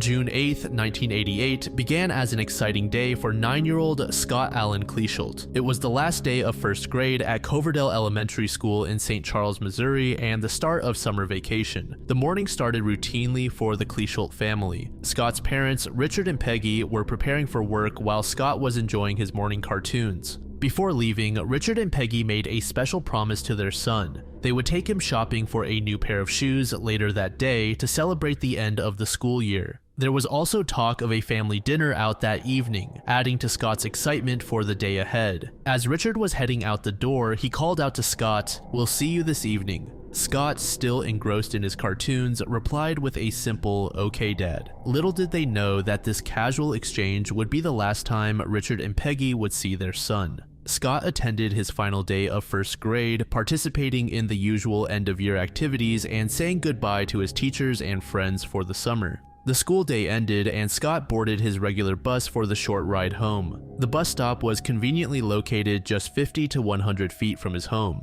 At approximately 3:30 p.m., he arrived home from school. From there, he had a snack and then changed out of his school clothes. Scott put on a black t-shirt, a pair of khaki pants, and his favorite red and black high-top sneakers. Eager to start his summer vacation, Scott headed outside to play. His first stop was at a neighbor's house where a boy named Mike lived. Scott knocked on the door, hoping to invite him out to play. However, Mike was still finishing his dinner and told Scott he'd be out soon. Rather than wait, Scott decided to play by himself for a while. At around 4:30 p.m., Scott's older sister Stacy was leaving for work. As she was heading out, she spotted her brother playing on a grassy hill near their house. This sighting would later become crucial as it was the last confirmed sighting of Scott by a family member. The weather that afternoon took a sudden turn. A severe thunderstorm was brewing, a not uncommon occurrence for a Missouri summer day. The storm that hit St. Charles that afternoon was particularly violent, causing flash flooding in some areas. This sudden change in weather would later complicate the investigation into Scott's disappearance. Despite the approaching storm, witnesses reported seeing Scott both before and after the heavy rain. The last confirmed sighting of him came from a neighbor who saw him after the rainstorm had passed. This witness reported seeing Scott walking alone on West Adams Street near Ken Drive. The image of the young boy splashing in puddles by the curb would become a key detail in the case. As the afternoon wore on, Scott's parents arrived home from work at around 5:15 p.m. To their surprise, their son wasn't in the house. Initially, they weren't overly concerned. Given the recent storm, they assumed he had taken shelter at a friend's house and was likely still there playing. However, as time passed and Scott didn't return home, they began to worry. They sent Scott's older brother Richie out to check with Scott's friends and search the local areas where the neighborhood kids often played. The search came up empty. None of Scott's friends had seen him and he wasn't at any of their usual hangout spots. The family's concern grew as the evening approached. They began knocking on doors in the neighborhood asking if anyone had seen Scott. With each negative response, their anxiety increased. As darkness began to fall around 8 p.m., the Kichlers made the decision to call the police. The police department responded promptly to the call. Officers arrived at the Kichler home and began taking statements from the family. However, the search did not commence until the following day. On June 9th, the town of St. Charles pulled out all the stops to search for Scott. The search effort was massive, involving law enforcement, volunteers, and specialized equipment. A crowd of about 30 officers and police academy students focused their efforts on an area known as the Trails, a popular hangout spot for local children. The Trails, spanning about 30 acres at the intersection of Elm Street and Elm Point Road, was a focal point of the search. This area featured hills with worn paths for biking and hiking, as well as a creek where children often played. Perhaps the most intriguing aspect of this location was an elaborate network of caves and tunnels that ran through one of the hillsides. This cave system, started by neighborhood kids in the 1960s and expanded by subsequent generations, reached depths of 30 to 40 feet in some areas. Police asked Scott's friends about his favorite places to visit and dispatched searchers to woods, creek beds, railroad tracks, and storm drains all over town. 12-year-old Jeff Broker played a crucial role in the search, leading police to local hangouts where neighborhood kids like to explore. The search operation utilized a variety of resources. 3 officers searched on ATVs, while another brought in a horse to help navigate the wooded areas. Helicopters flew overhead to provide aerial support. Bloodhounds were also brought in to aid the search effort. Local citizen Bob Highshoe provided 3 of his own bloodhounds trained in tracking as well. Despite the recent thunderstorm, which could have washed away scents, the dogs were able to pick up Scott's trail. They followed his scent from his home to the trails and then continued further along Fox Hill Road for about 5 miles. The trail ended near a construction site for a new apartment complex approximately 3 miles from Scott's home by road. However, this promising lead came with a caveat. Scott frequently explored the area, and it was possible that the scent trail the dogs followed wasn't from the day of his disappearance. This uncertainty added to the complexity of the investigation. Initially, authorities focused on a nearby creek that would have been extremely dangerous during a flash flood. However, Scott's brother and his parents informed the police that while Scott enjoyed playing in the woods, he wasn't particularly fond of playing in creeks or culverts as he didn't like water. Moreover, the creek that authorities were most interested in wasn't even a place where Scott and the neighborhood kids typically hung out. Despite this information, authorities thoroughly searched the creek just in case, but found nothing. As the day progressed, the search expanded. Firefighters, police, and volunteers continued to explore the area, investigating other patches of woods and delving deeper into storm drains. For the storm drains and sewers, authorities employed special infrared cameras to see far into the tunnels. Near the end of the day, on June 9th, Richard Kleshult expressed his growing concern to the St. Louis Post-Dispatch, saying, "We're really starting to worry now. You hear about this sort of stuff happening, but you never think it'll happen to you. I just keep hoping I'll look up and see him coming down the street." In the immediate aftermath of Scott's disappearance, 2 primary theories emerged. Due to the severe thunderstorm that hit St. Charles on the day Scott vanished, some initially speculated that he might have drowned in a flash flood. This theory was based on the timing of his disappearance coinciding with the storm and the presence of swollen creeks in the area. However, from the early stages of the investigation, Scott's family and many authorities leaned towards the theory that he had been abducted. This belief was strengthened by the last confirmed sighting of Scott, which occurred after the rainstorm had passed. The drowning theory was largely discounted as the investigation progressed. Scott's family, particularly his brother, was adamant that Scott didn't like playing in water and that the area where some thought he might have drowned was not a direction they typically went. Police Chief Patrick McCarrick later confirmed in a 2007 interview with Fox News that they did not believe Scott's disappearance was related to the storm, calling it a misunderstanding that had persisted in the media for quite some time. In January 2007, a significant development occurred that reignited interest in Scott's case. Michael J. Devlin was arrested after 2 missing boys, Sean Hornbeck and William Ben Ownby, were found alive in his home. Sean had been missing for over 4 years, while Ben had been abducted just days before the discovery. This breakthrough led investigators to consider Michael as a potential suspect in Scott's disappearance and other unsolved cases.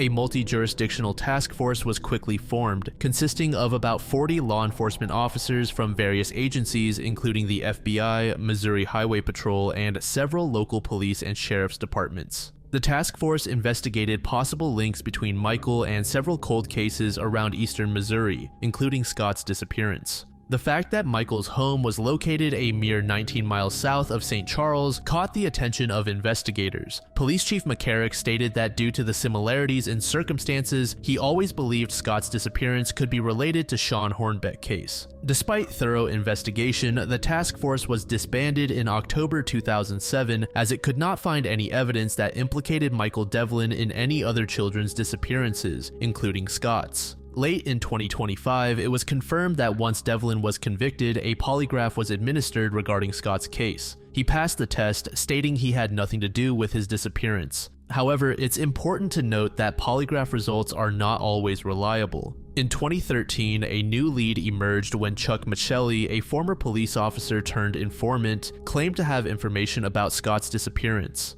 Chuck, who was 47, was a former police officer from the Chicago area who had turned informant on several cases. He was serving a 20-year sentence in a Florida prison on a federal fraud charge. He claimed that a former cellmate was responsible for Scott's abduction. He stated that he had written documentation of details not only involving Scott's disappearance, but also 13 to 15 other abductions and killings of children and women between 1978 and 2005 by the same individual. Authorities spent 7 weeks checking Chuck's story. However, St. Charles County prosecutor Tim Lomar stated that Chuck, quote, has not provided any information that has led to the discovery of new evidence or new information in the disappearance. The emergence of these claims raised questions about his motivations for coming forward. Some drew parallels to controversies in other cases involving jailhouse informants, noting that such testimony is often viewed skeptically by juries. In November 2011, police received a tip that led to a renewed search effort. The tip led authorities to search a home close to where Scott lived at the time of his disappearance. Cadaver dogs were brought in and holes were drilled in the garage floor and other areas of the home. Despite the thorough search, no evidence was found relating to Scott's disappearance.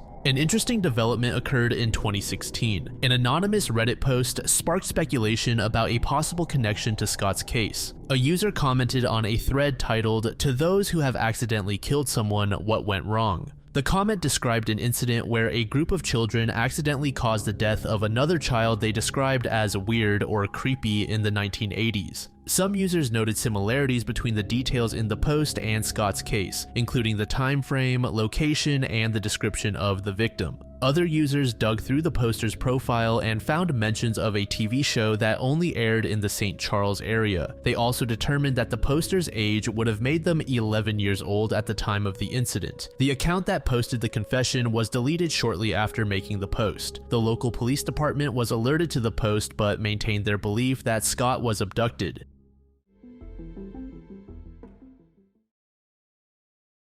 In the early morning hours of August 15th, 2002, a horrific discovery was made that would shake the small town of Bassett, Virginia. The day began like any other for Chris Thompson, an employee of Michael Short's mobile home moving business. Thompson was scheduled to meet his employer at the Short family residence just before 9 a.m. The plan was to drive together to Christiansburg to pick up a truck for the business. However, as Thompson approached the property located off US Route 220, he immediately sensed that something was amiss. The first unusual detail that caught his attention was the open garage door. While this might not have been cause for alarm on its own, it was an odd sight given the early hour. Expecting to find Michael Short either working on a vehicle or perhaps still asleep, Thompson made his way into the garage. What he found instead would haunt him for years to come. There, on a couch where Michael often slept to avoid disturbing his wife with his snoring, lay the lifeless body of 50-year-old Michael Short. He had been shot once in the head with what investigators would later determine to be a small caliber weapon.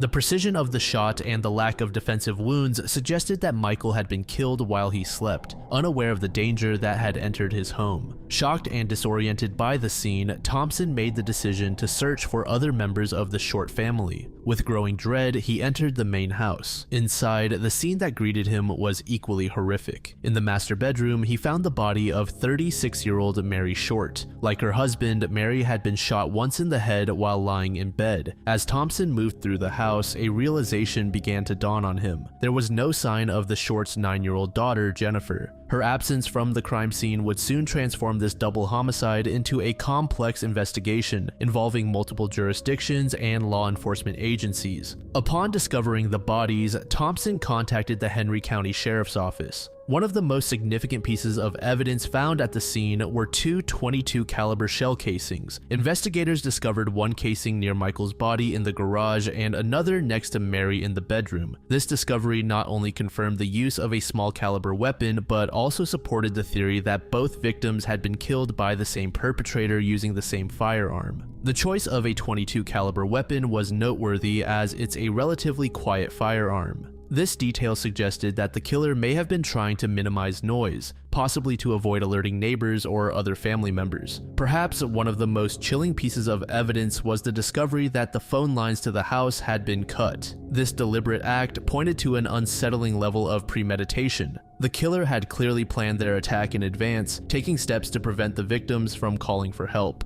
The timeline of the crime became a crucial element of the investigation. Based on when Chris Thompson had last seen the family alive and when he discovered the bodies, authorities established that the attack on the Short family occurred sometime after midnight on August 14th. This window would prove challenging for investigators as they attempted to piece together the events of that fateful night. As investigators combed through the Short family home, they made another disturbing discovery. In Jennifer's bedroom, they noted several signs of disturbance. Her mattress had been moved about 2 inches from its usual position, her sheets were pulled back, and her pillow was found on the floor. These details painted a picture of Jennifer's likely abduction from her bed, adding a new layer of urgency to the investigation. Interestingly, despite the violent nature of the crime, there were no signs of forced entry into the home. This led investigators to consider the possibility that the Shorts may have known their attacker, or at least that the perpetrator had found a way to enter the home without arousing suspicion.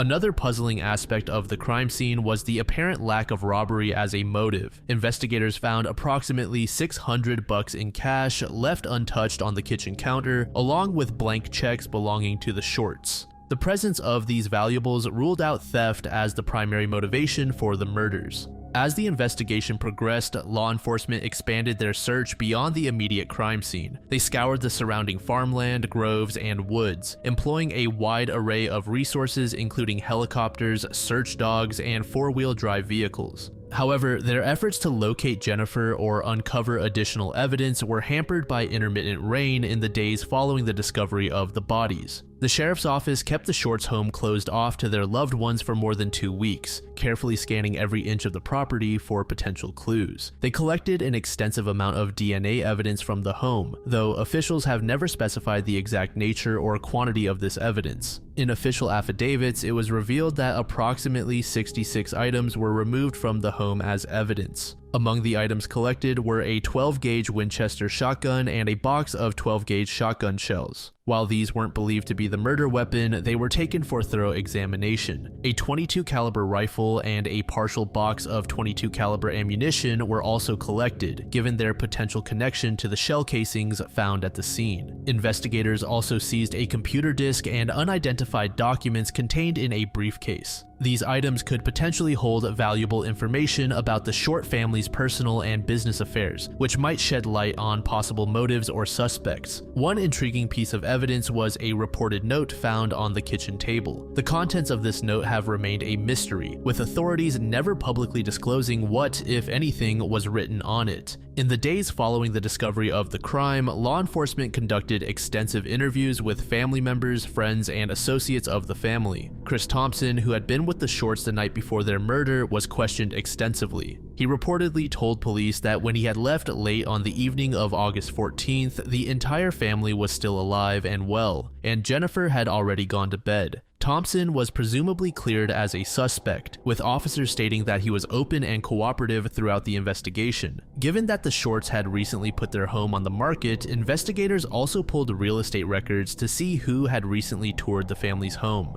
This line of inquiry was based on the theory that the perpetrator might have used property viewings as an opportunity to familiarize themselves with the layout of the house. However, it's unclear whether this led to any significant leads. As news of the murders and Jennifer's disappearance spread, the community rallied together. Volunteers joined law enforcement in the search efforts, combing through the rural landscape surrounding the Short property. Amber alerts were issued, and Jennifer's information and picture were displayed on billboards across Virginia. Despite these extensive efforts, no trace of the young girl was found in the immediate aftermath of the crime. The investigation quickly grew to involve multiple agencies, including the Virginia State Police and the FBI. The complexity of the case, involving a double homicide and a missing child, demanded a coordinated effort from various law enforcement bodies. The FBI's involvement brought additional resources and expertise to the investigation, including access to their extensive fingerprint database and advanced forensic capabilities. In the weeks following the murders, investigators pursued numerous leads and theories. They looked into Michael Short's business, exploring the possibility of disgruntled employees or customers. They also examined the family's financial records and personal relationships, searching for any conflicts or issues that might have led to such a violent act. The lack of an obvious motive continued to perplex investigators. The execution-style killings suggested a personal motive, yet the abduction of Jennifer didn't seem to fit in. Authorities found themselves grappling with multiple theories. Was this a targeted attack on the parents with Jennifer's abduction as an afterthought, or was Jennifer the primary target with her parents killed to facilitate her abduction?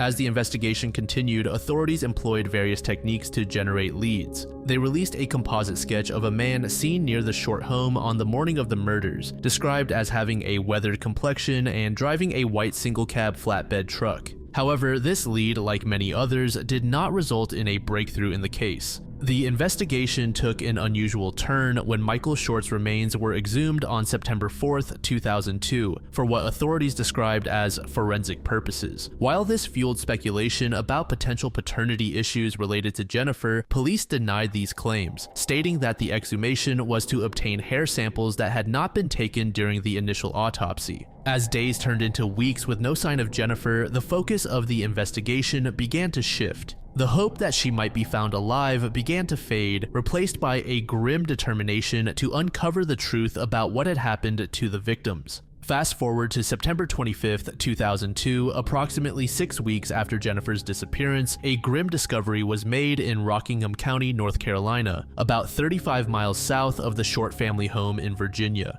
The discovery was made by Eddie Albert, a local resident of Rockingham County. Albert initially found what he thought was a piece of a wig on his property. This seemingly innocuous find would soon lead to a heartbreaking revelation. 2 days after this initial discovery, Albert's dogs brought him what appeared to be a fragment of a human skull. Realizing the potential significance of this find, Albert promptly contacted the authorities. Law enforcement quickly responded to the property, which included a creek that ran through his yard, spanned by a bridge. The area became the focus of an intensive search operation. As investigators combed through the creek bed and the area under the nearby bridge, they began to uncover more human remains. The search of the creek and surrounding area yielded only about a quarter of a skeleton. The remains were scattered, suggesting that they had been there for some time and possibly moved by natural forces such as water currents or animal activity. Among the recovered remains were Jennifer's skull with a full head of hair, leg bones, part of her jaw, rib cage bones, and 16 teeth. The discovery of the remains was a shock to the Albert family and the local community. One statement mentioned that members of the family reported that they had found the child's teeth in their driveway. What they had initially believed to be their dog playing with a turtle shell turned out to be part of Jennifer's skull. Initially, there was some uncertainty about whether the remains belonged to Jennifer. The police initially told the media that they didn't believe the remains were Jennifer's because the hair didn't match hers. However, by early October, DNA testing conducted at a lab in Roanoke, Virginia, confirmed what many had feared. The remains did indeed belong to Jennifer Short. Further examination of the remains revealed that, like her parents, Jennifer also suffered a single gunshot to the head. In the wake of the discovery, law enforcement intensified their efforts to find the killer. They began to look more closely at the area where Jennifer's remains were found, hoping it might provide clues to the killer's identity or connections to the region. In October 2002, authorities named Garrison Bowman, a 60-year-old carpenter from Madison, North Carolina, as a material witness and later a potential suspect. Suspicion fell on Bowman due to several factors. He had last been seen in the area on August 15, 2002, the day after the Shorts were killed. Adding to the suspicion, Bowman had left a note in his mailbox stating that he had moved to Alaska, but deputies noted that he had asked for his mail to be forwarded to an address in Pennsylvania. Law enforcement seized 9 maps from his mobile home on September 28, 2002. One of these maps was marked to show the location of the Shorts' home, which intensified suspicion against him. Despite the circumstantial evidence, authorities were careful not to label Bowman as a definitive suspect. Sheriff Sam Page stated, "He has not been listed as a suspect, but we do need to talk to him. We know where he's at and we will be interviewing him at a later time." Bowman was eventually located in Canada and interviewed by authorities. He vehemently denied any involvement in the murders. In a 2004 interview with the News and Record of Greensboro, Bowman stated, "This will hang over me for the rest of my life unless they find the person who did it." He claimed he never met the Short family and would never have harmed them. He cooperated with the investigation, providing DNA samples and submitting to questioning. By 2007, authorities officially cleared him as a suspect. The focus on Bowman had consumed thousands of investigative hours, which some critics argue may have diverted resources from other potential leads.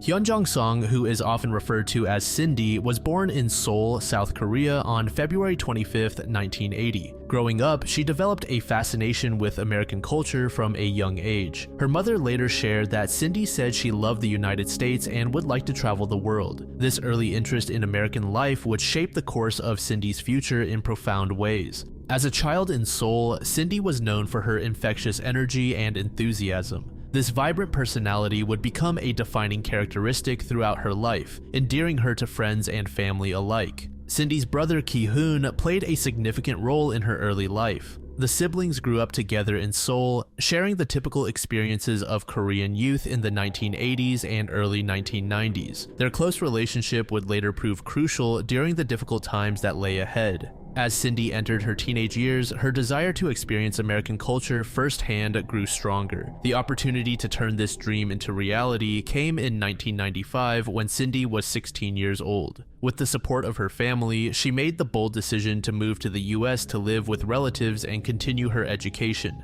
That summer, Cindy left behind the familiar surroundings of her birthplace and embarked on a journey to Springfield, Virginia. Upon arriving there, Cindy moved in with her aunt and uncle, who would become her guardians in the United States. Her aunt, Young Kim, would later play an important role in sharing information about Cindy's life in America. Adjusting to life in a new country presented numerous challenges for the 16-year-old. She had to navigate a different educational system, improve her English language skills, and adapt to American cultural norms. Despite these obstacles, Cindy's natural enthusiasm and adaptability served her well during this transition period. Her American education began at Hayfield Secondary School in Alexandria. For a year and a half, she immersed herself in the American high school experience, making new friends and embracing the opportunities available to her. After her time at the school, Cindy transferred to Randolph-Macon Academy, a private coeducational college preparatory school in Front Royal, Virginia. This change in schools provided Cindy with a more rigorous academic environment and additional opportunities to prepare for college life. As Cindy progressed through her high school years, she began to set her sights on college. Her positive experiences in the United States had reinforced her desire to continue her education in America, and she began researching universities that aligned with her interests and goals. In 1998, Cindy's hard work and dedication paid off when she was accepted to Pennsylvania State University. In the fall of 1998, Cindy began her freshman year at Penn State, embarking on a new chapter in her American journey. She chose to major in integrative arts, a unique program that combined elements of engineering, communications, and science.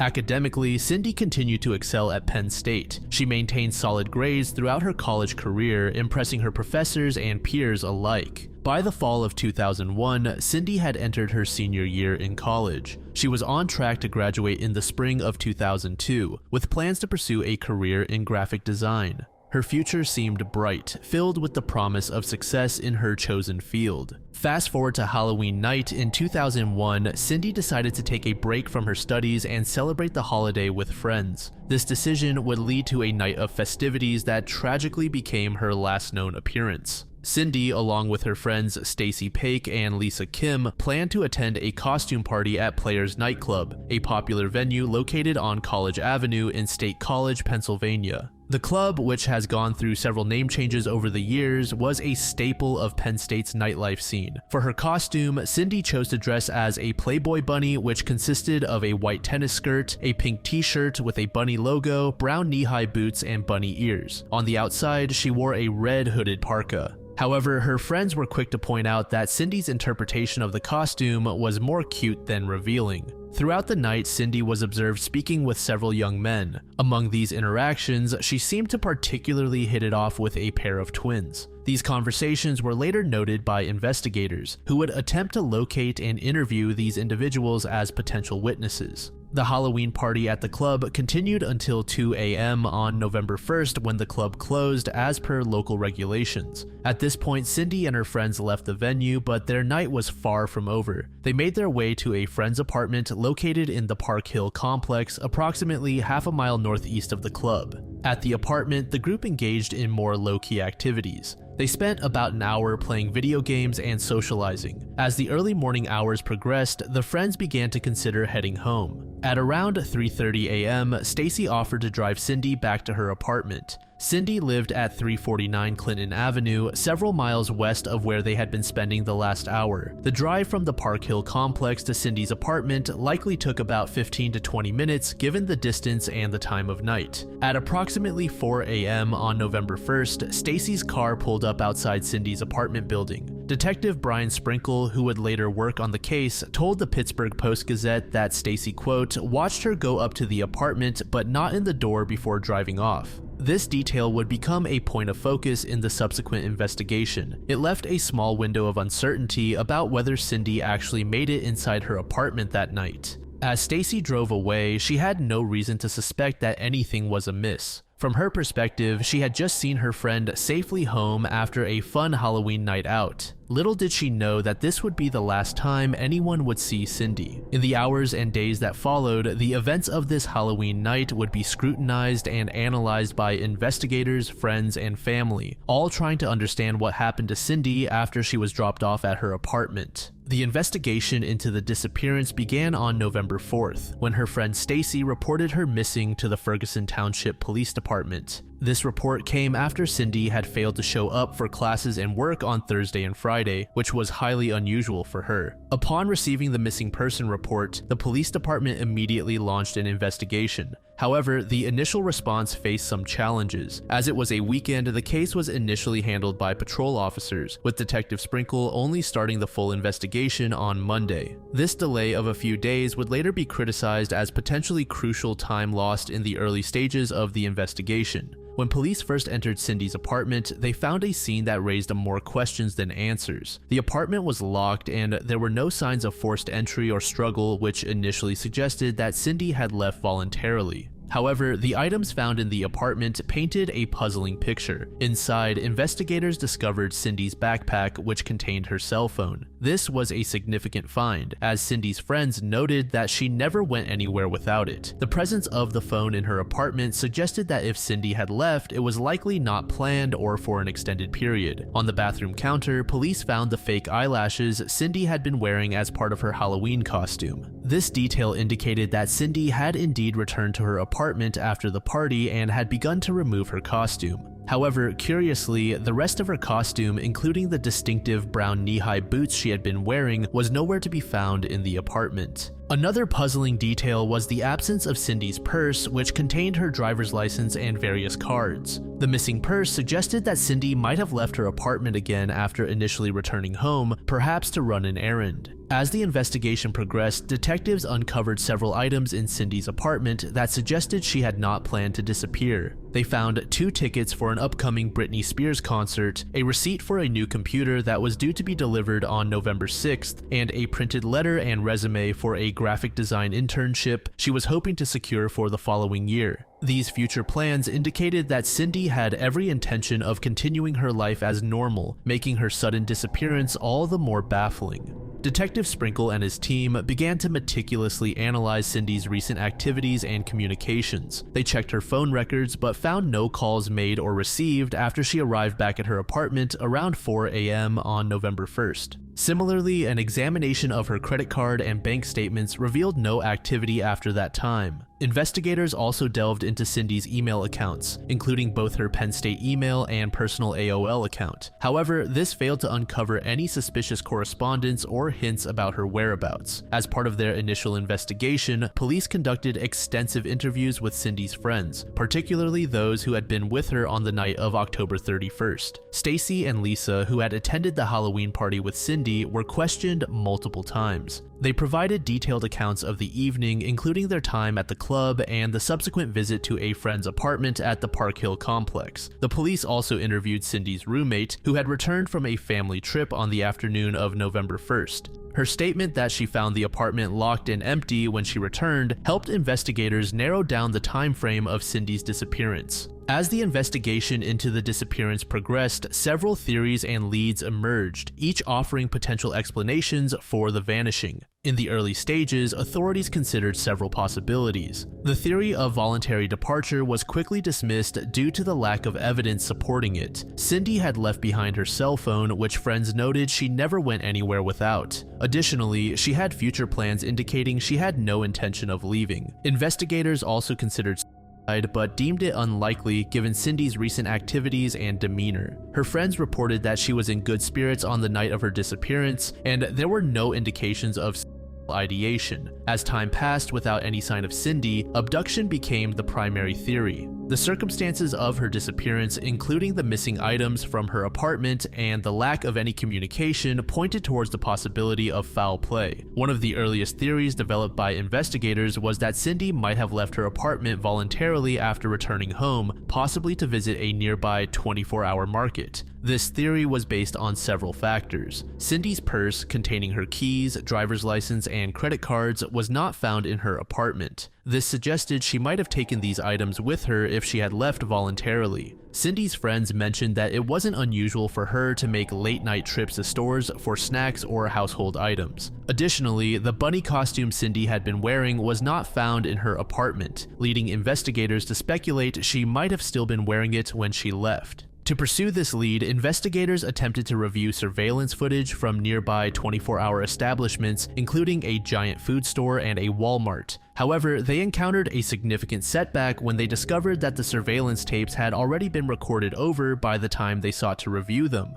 A few days after Cindy's disappearance, a potentially significant lead emerged from Philadelphia, nearly 200 miles from State College. An anonymous witness reported seeing a woman matching Cindy's description in Philadelphia's Chinatown district. The witness claimed to have seen a young Asian woman resembling Cindy inside a vehicle with an unidentified male. According to the witness, the woman was crying out for help, but the man interrupted her and told the witness to leave. Based on the witness's description, a police artist created a composite drawing of the alleged abductor. He was described as a man with olive to light brown complexion and medium-length hair. However, this information proved challenging to verify. The witness's story reportedly changed several times during subsequent interviews. Investigators were unable to corroborate the sighting with any other witnesses or evidence. The significant distance between State College and Philadelphia raised questions about how Cindy could have traveled so far without leaving any trace. Despite these challenges, authorities continued to pursue this lead, hoping to identify and question the man described by the witness. They emphasized that he was not considered a suspect, but rather a person of interest who might have valuable information. In 2003, a startling lead emerged that would become one of the most controversial aspects of the case. Hugo Selensky, a man later convicted of multiple murders, became a suspect in Cindy's disappearance. The connection to him came through an informant named Paul Weekly, who was facing felony burglary charges. Weekly provided a shocking account to the police, claiming that Selensky and an accomplice, Michael Kurkowski Jr., had seen Cindy on the night of her disappearance. According to Weekly, Selensky and Kurkowski mistook Cindy for a prostitute and abducted her. Weekly alleged that they kept Cindy imprisoned in a walk-in safe at Selensky's home until she died. He further claimed that they buried Cindy's body in Luzerne County, Pennsylvania. This lead took a gruesome turn when investigators searched Selensky's property. 5 bodies were discovered buried on his land. 2 of the bodies were identified as Michael Kurkowski and his girlfriend Tammy Fassett. Bone fragments belonging to 2 drug dealers were found in a burn pit, along with remains of an unidentified third person. Selensky allegedly provided his own version of events to the police. He claimed that he and Kurkowski had indeed abducted a woman matching Cindy's description. According to him, Kurkowski had kept Cindy's bunny ears as a souvenir of the crime. Selensky stated that he had killed Kurkowski after learning about about the souvenir. However, this lead faced several challenges. Investigators were unable to find concrete evidence linking Selensky to Cindy's disappearance. He was acquitted of some murder charges but convicted of 2 counts of abuse of a corpse in March 2006. A grand jury investigation into Selensky's case revealed issues of witness intimidation and potential collusion between Selensky, his attorney, and a private investigator. As the investigation continued, several other leads and theories were explored. A woman living near Cindy reported a man exposing himself outside her window in September 2001. Investigators considered whether this incident might be related to Cindy's disappearance. Detectives thoroughly investigated the people Cindy interacted with at the Halloween party, including a pair of twins she seemed to hit it off with. However, these leads did not yield any significant breakthroughs. About a month before her disappearance, Cindy had experienced a breakup with her boyfriend, Richard Che. While this was initially considered as a potential factor, Cindy's friends believed she had largely moved on from the breakup by the time of her disappearance. Some speculated that Cindy might have been a victim of human trafficking, especially given the reported sighting in Philadelphia. However, no concrete evidence emerged to support this theory.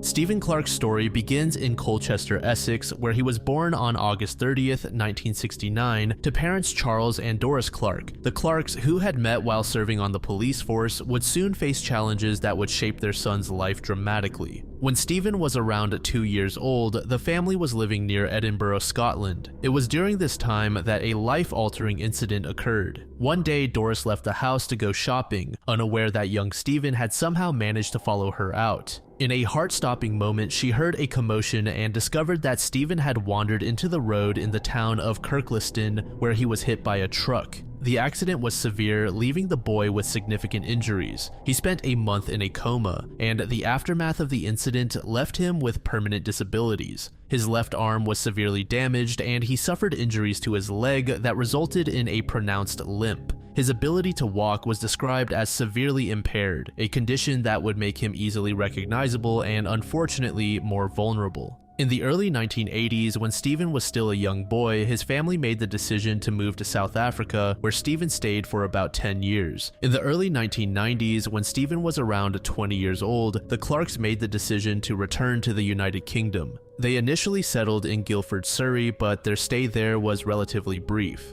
In the summer of 1991, the family relocated once again, this time to Marske-by-the-Sea, a small coastal town in North Yorkshire. This move marked the beginning of Stephen's adult life in England. Despite his disabilities, he was determined to lead an independent and fulfilling life. He began working at Leonard Cheshire Home, also known as Marske Hall. Fast forward a few years to when Stephen was 23 years old, he abruptly disappeared. He was attending the Rathbone Society in nearby Redcar, an organization that worked with people with disabilities to improve their employment skills. Those who knew Stephen described him as a sociable character, well liked by his friends. He had a great sense of humor and an infectious laugh that made people enjoy being around him. Despite his friendly nature and his achievements, Stephen faced ongoing challenges. His sister Victoria later recalled that while their childhood was filled with love, Stephen's limitations sometimes got him down. He worked hard and excelled in his courses, but found that employers were often hesitant to hire him due to his disability. The events leading up to Stephen's disappearance began on December 28, 1992. It was a Monday, and the Christmas bank holiday weekend was drawing to a close. Stephen's father had a ticket to watch a Middlesbrough football match that day. Stephen had expressed interest in attending the game with his father, but Charles told him he could only go if he paid for his ticket himself. According to his parents, it was a running joke in the family that Stephen didn't like to spend his own money on anything.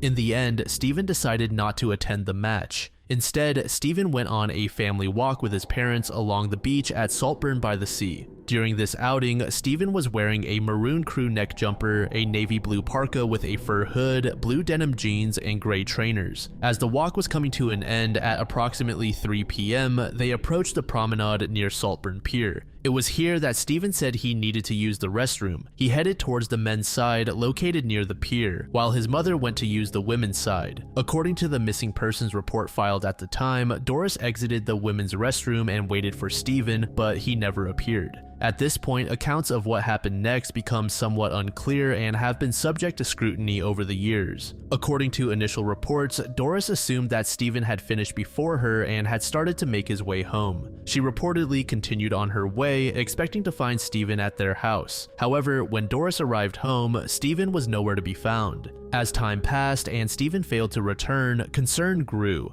His personal belongings, including his wallet, glasses, and watch, were all still at home, suggesting he had not planned to go anywhere else. After authorities were contacted, the police advised Stephen's parents to wait 72 hours before filing an official missing person report, a standard procedure at the time for adults. This 72-hour waiting period, while frustrating for the family, was intended to allow time for individuals who may have left voluntarily to return home. However, in Stephen's case, this delay may have hampered the initial search efforts during a critical time window. Despite this official stance, the Clarks did not remain idle. They began their own search efforts, combing the area around where Stephen was last seen. Once the official missing person report was filed, the police launched their investigation. The initial investigation focused on gathering information about Stephen's last known movements and his physical description. Stephen was described as 6 feet 3 inches tall with a medium build, blue eyes, and brown hair. As news of the disappearance spread, the local community rallied to assist in the search. Posters were distributed and local media outlets carried appeals for information. The case quickly gained national attention, with Stephen's disappearance featured on television in 1993. As the investigation progressed, several reported sightings emerged, each offering a glimmer of hope, but also adding to the mystery surrounding Stephen's disappearance. These sightings, while numerous, can be categorized into 3 main groups: those occurring immediately after his disappearance, those reported in the following weeks, and later sightings that emerged as the investigation continued. One of the most significant early sightings came just 2 days after Stephen's disappearance.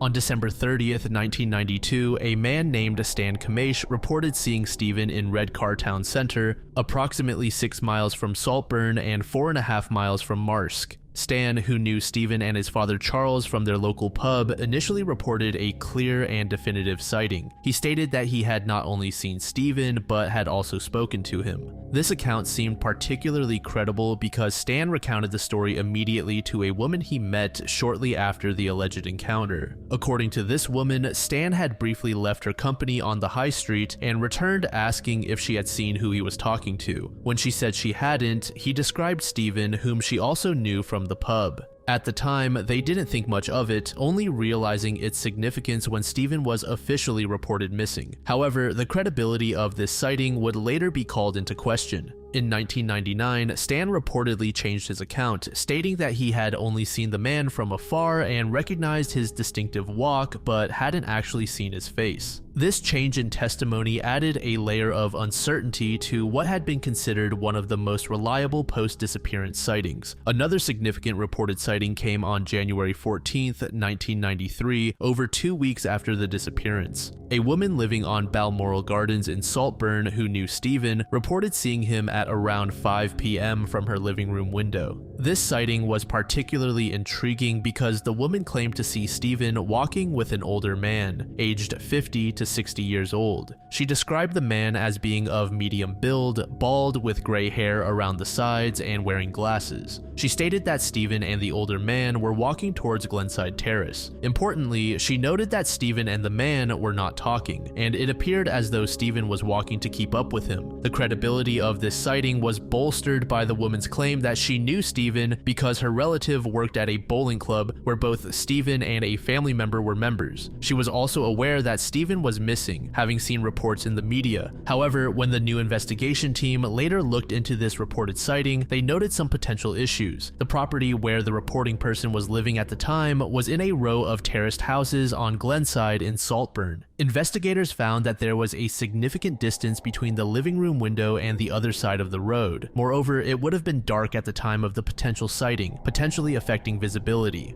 A third significant sighting emerged much later in the investigation, providing a potential new timeline for Stephen's movements on the day of his disappearance. In September 2020, nearly 3 decades after Stephen went missing, a potential witness came forward with new information. This witness reported seeing a man they believed to be Stephen between 3 p.m. and 4 p.m. on December 28, 1992, in close proximity to his home address in Marsk. This sighting was considered particularly important because it placed Stephen in Marsk before it got dark, which occurred at approximately 3:45 p.m. that day. The witness reported that the man believed to be Stephen was walking in the direction of the Ship Inn. This sighting, if accurate, would suggest that Stephen had made it back to Marsk after his last confirmed sighting in Saltburn, potentially altering the timeline of his disappearance. In a shocking turn of events, Stephen's elderly parents, Doris and Charles Clark, then in their early 80s, were arrested on suspicion of his murder in September 2020. This development stunned the local community and the Clarks themselves, who vehemently denied any involvement in their son's disappearance.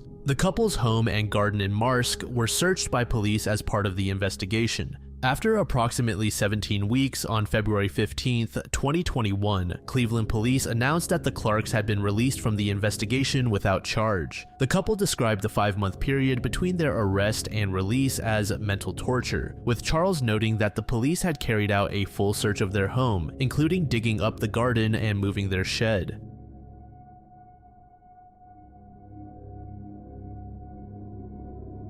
Diane Suzuki, a 19-year-old dance instructor and student at the University of Hawaii at Manoa, disappeared on July 6, 1985, after teaching a class at the Rosalie Woodson Institute of Dance in Aiea, Hawaii. She was known for her vibrant personality and ambitious nature, traits that endeared her to friends, family, and acquaintances. In college, she was studying journalism. In addition to her studies, Diane worked part-time as a dance instructor at the Rosalie Woodson Institute of Dance. Diane's employment at the dance studio played a significant role in the events surrounding her disappearance. It was at this location that she was last seen on the fateful day of July 6, 1985. During the same time frame as Diane's disappearance, Hawaii was grappling with a series of unsolved killings. At least 9 women on Oahu had been murdered, their cases remaining unresolved. Among these victims were Lisa Au and Regina Sakamoto. 5 of these cases, including Sakamoto's, were attributed to an unidentified serial killer known as the Honolulu Strangler. These victims were found with their hands tied behind their backs, a signature of the unidentified killer. It's important to note, however, that Diane Suzuki's disappearance did not fit the profile of the Honolulu Strangler's victims. This distinction would become significant in the investigation that followed, as it suggested that her case might be unrelated to the serial killings that had alarmed the community. On July 6, 1985, 19-year-old Diane began what seemed to be an ordinary day. She was scheduled to teach a children's dance class that afternoon at the Institute of Dance. Diane arrived at the dance studio well before her class was set to begin. The class she was teaching that day was scheduled to end at 3 p.m., after which Diane had plans to meet with friends for an outing to the north shore of Oahu. As the clock approached 3, Diane was observed teaching her class, seemingly without any indication of distress or unusual circumstances. When the class concluded, Diane's friends were expecting to meet her shortly thereafter. They arrived at the dance studio at around 3:15 p.m., expecting Diane to be there. However, as time passed with no sign of her, concern began to grow among her waiting friends. Puzzled by this uncharacteristic tardiness, her friends decided to investigate. They began by checking the immediate vicinity of the dance studio, including the parking lot next door. It was there that they made a disturbing discovery. Diane's car was still parked in its usual spot. This finding immediately raised alarms, as it was highly unusual for her to leave without her vehicle. Increasingly worried, Diane's friends returned to the dance studio to search for any signs of her whereabouts. Inside, they made another unsettling discovery. Diane's purse containing her keys and other personal belongings had been left behind. The presence of the car, purse, and keys, coupled with Diane's absence, painted a concerning picture. Her friends who knew her well understood that this behavior was completely atypical. Diane was not the type of person to simply vanish without informing anyone, especially when she had concrete plans. As the reality of the situation began to sink in, Diane's friends made the decision to contact her parents, Masaharu and Yuri Suzuki. They informed them of their daughter's unexplained absence and the troubling circumstances surrounding it. Upon receiving the alarming news, Mr. and Mrs. Suzuki immediately took off. Filled with worry and hoping for the best, they quickly made their way to the Rosalie Woodson Institute of Dance. They arrived at the dance studio and, with growing anxiety, decided to wait in their car in the parking lot. Their hope was that Diane might return at any moment to retrieve her belongings. As they sat vigilantly watching the studio entrance, they witnessed a scene that would later become a crucial element in the investigation. At some point during their wait, the parents observed 3 individuals exiting the dance studio. What caught their attention was that these people were carrying a large, heavy trunk. The size and apparent weight of the trunk were significant enough that it required all 3 individuals to maneuver it. The Suzukis watched as the trio loaded this substantial trunk onto a vehicle. At the time, this sight, while unusual, did not immediately trigger suspicion in Diane's parents. They had no reason to connect this activity with their daughter's disappearance, and in their state of worry and hope, they likely dismissed it as unrelated studio business. It was only later, as the investigation unfolded, that this observation would take on a more ominous significance. As time passed, with no sign of Diane, the level of concern escalated dramatically. Eventually, with all other options exhausted and fear mounting, the parents officially reported their daughter as a missing person. The investigation began on the evening of July 6th. Initially, as is common in missing person cases, investigators considered the possibility that Diane had left voluntarily.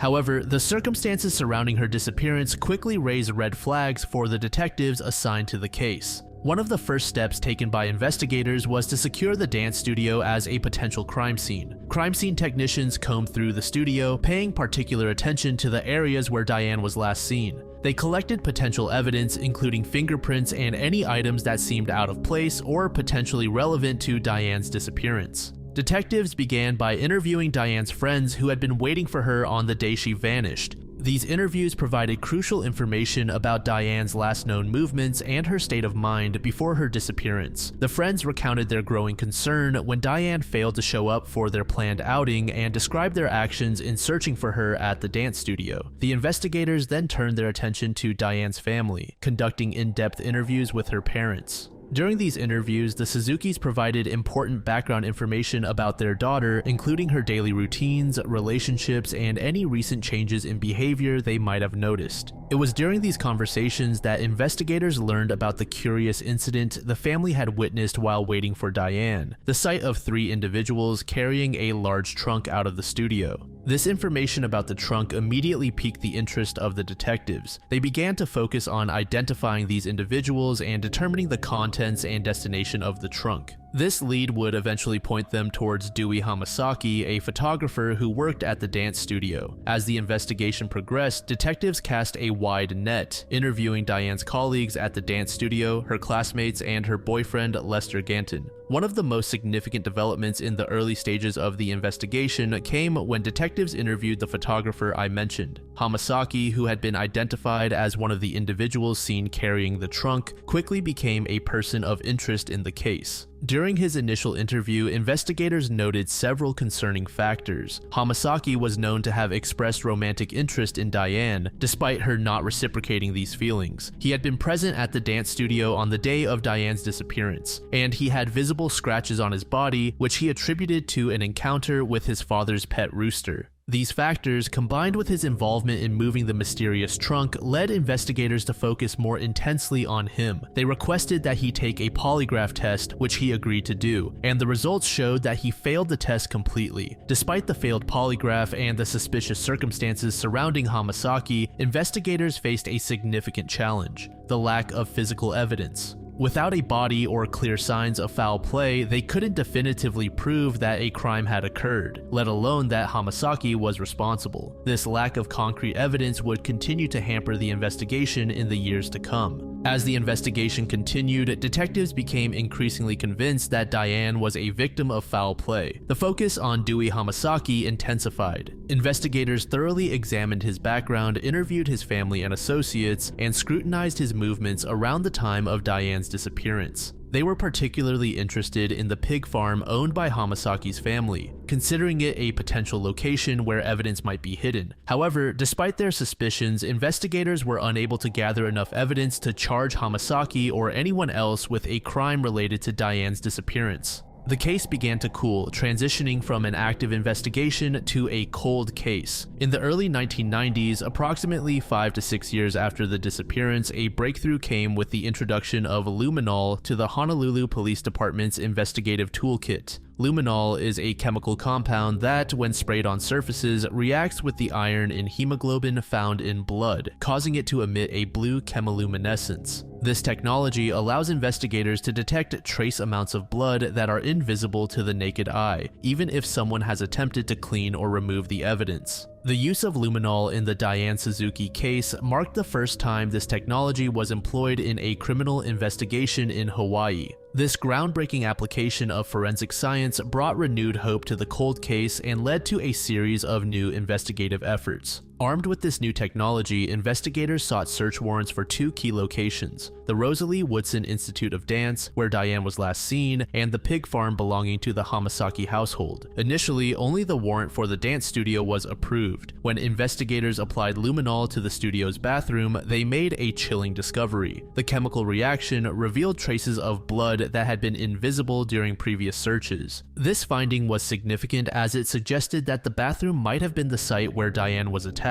The presence of blood in a location where Diane was last seen alive provided strong evidence that foul play had indeed occurred. However, the investigators faced a significant challenge. While they had detected blood in the bathroom, they lacked a sample of Diane's blood for comparison. Without this crucial piece of evidence, they couldn't definitively link the blood found to Diane. It took another 6 months before investigators were granted a search warrant for the Hamasaki family's pig farm. This delay would prove to be a significant factor in the investigation's outcome. When investigators finally accessed the property, they made several intriguing discoveries. One of the most notable findings was a section of stone wall that appeared to have been recently rebuilt. As investigators focused their attention on this area, they observed that Dewey Hamasaki's father became visibly agitated. This reaction raised suspicions among the investigators, prompting them to examine the wall and the surrounding area more closely. In a surprising turn of events, one of the investigators decided to remove the stump of a banana tree on the property and began digging in that location. This seemingly random action led to a significant discovery. Buried beneath the stump were clothes that closely matched the description of what Diane had been wearing when she disappeared. Even more telling, the clothes were of a size consistent with Diane's build. To further investigate the rebuilt wall, investigators conducted soil tests. The results indicated that the wall had been reconstructed only about 6 months prior to their search. This timeline was particularly significant as it coincided with the period between the initial investigation and the current search. Investigators theorized that this reconstruction might have been an attempt to conceal evidence related to Diane's disappearance. These findings at the pig farm, combined with the blood evidence from the studio, provided investigators with the strongest leads they had encountered since Diane's disappearance. However, they also highlighted the challenges posed by the 6-month delay between the 2 search warrants. Investigators believed that this gap might have provided an opportunity for potential evidence to be moved or concealed. While these forensic advances and new pieces of evidence were promising, they still fell short of providing conclusive proof of what had happened to Diane or who was responsible for her disappearance. The lack of Diane's DNA for comparison, the absence of a body, and the time that had elapsed since her disappearance all contributed to the difficulties in building a solid case. In 1993, buoyed by these new findings, City Prosecutor Keith Kaneshiro, who was a close friend of the Suzuki family, attempted to move the case forward. He presented the results of the investigation, including the forensic evidence, to 3 separate investigative grand jury sessions. Despite these efforts, the court ultimately declined to press charges, citing a lack of damning evidence.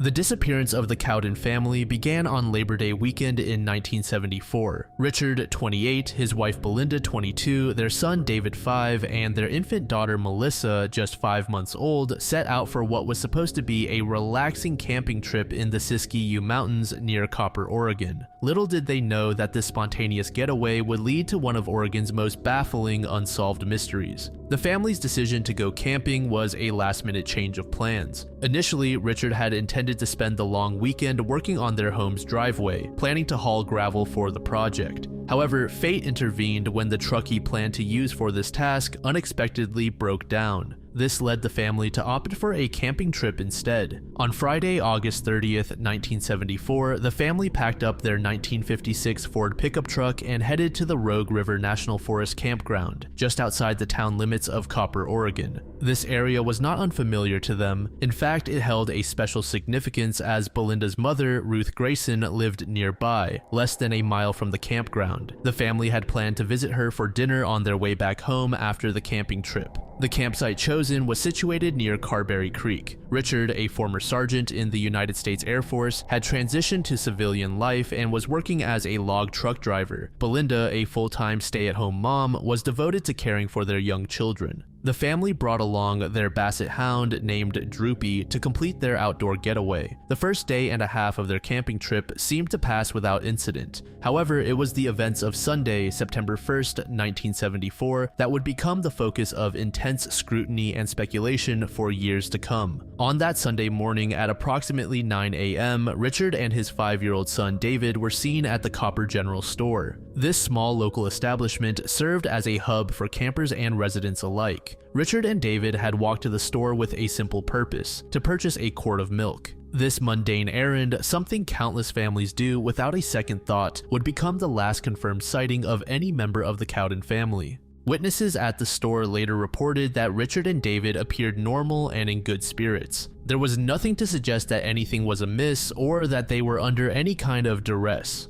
After making their purchase, the father and son were observed walking back toward their campground. This brief interaction at the store would later become a crucial piece of evidence in the investigation. As the day progressed, there were no reports of unusual activities or disturbances in the area. The campground, likely bustling with other Labor Day weekenders, continued its normal routines. Unbeknownst to anyone, sometime after Richard and David's return from the store, the entire Cowden family vanished without a trace. The first indication that something was wrong came later that evening. The Cowdens had made plans to have dinner with Belinda's mother before heading back to their home in White City. When the family failed to arrive, Ruth became increasingly worried. The close proximity of her home to the campground, less than a mile, made their absence all the more perplexing. Concerned for her daughter and her family's well-being, Ruth decided to drive to the campground to check on them. What she discovered upon arrival would set in motion one of the largest missing persons searches in Oregon's history. As she approached the Cowdens' campsite, she was met with an eerie and unsettling scene. The family's truck was still parked where they had left it, on Carberry Creek Road, a short distance from the actual campground. This initial observation might have provided a moment of relief, suggesting the family was still in the area. However, as she drew closer to the campsite itself, the signs of abandonment became apparent. The campsite seemed almost frozen, so to speak, as if the family had simply vanished mid-activity. On a picnic table, Ruth found Belinda's purse, seemingly with all of its contents. Next to it sat the half-full milk container that Richard and David had purchased earlier that morning from the Copper General Store. This detail would later become significant, as it suggested that the family had returned to the campsite after their morning errand. Near the table, a plastic dishpan full of cold water lay on the ground. The camp stove had been assembled and was ready for use, indicating that the family had been in the midst of their camping activities when they disappeared. Further adding to the mystery, Richard's expensive wristwatch and wallet were found lying on the ground near the campsite. The wallet still contained about $100 in today's value. This discovery immediately ruled out robbery as a motive, deepening the puzzle of their disappearance. Other personal items were scattered around the site, each piece adding to the picture. An open pack of cigarettes, identified as the brand Belinda smoked, was found nearby. The family's clothing was still in the truck, with only their bathing suits missing, suggesting they might have gone for a swim. The presence of a diaper bag and other baby items indicated that the family had been well prepared for their trip with their infant daughter. Everything at the campsite pointed to a sudden and unexpected departure, but there were no signs of a struggle or any indication of what might have prompted the family to leave. Ruth Grayson, faced with this predicament, waited at the campsite for approximately an hour, hoping that the family would return. As time passed and there was no sign of anyone, her concern turned to alarm. Unable to make sense of the situation and fearing the worst, she made the decision to leave the campground and notify the authorities. The response from law enforcement was swift. The local sheriff, state troopers, and the District 3 office of the Oregon State Police arrived at the scene to begin their investigation. However, the lack of obvious signs of foul play initially hampered the urgency of the response. Lieutenant Mark Kaiser, who would later head the case, admitted that the investigation had been delayed for maybe a day because there was no clear indication that anything violent had occurred at the campsite. State Trooper Erickson was later quoted saying, "That camp was spooky. Even the milk was still on the table." The search continued until nightfall, with officers combing the immediate area for any clues or signs of the missing family.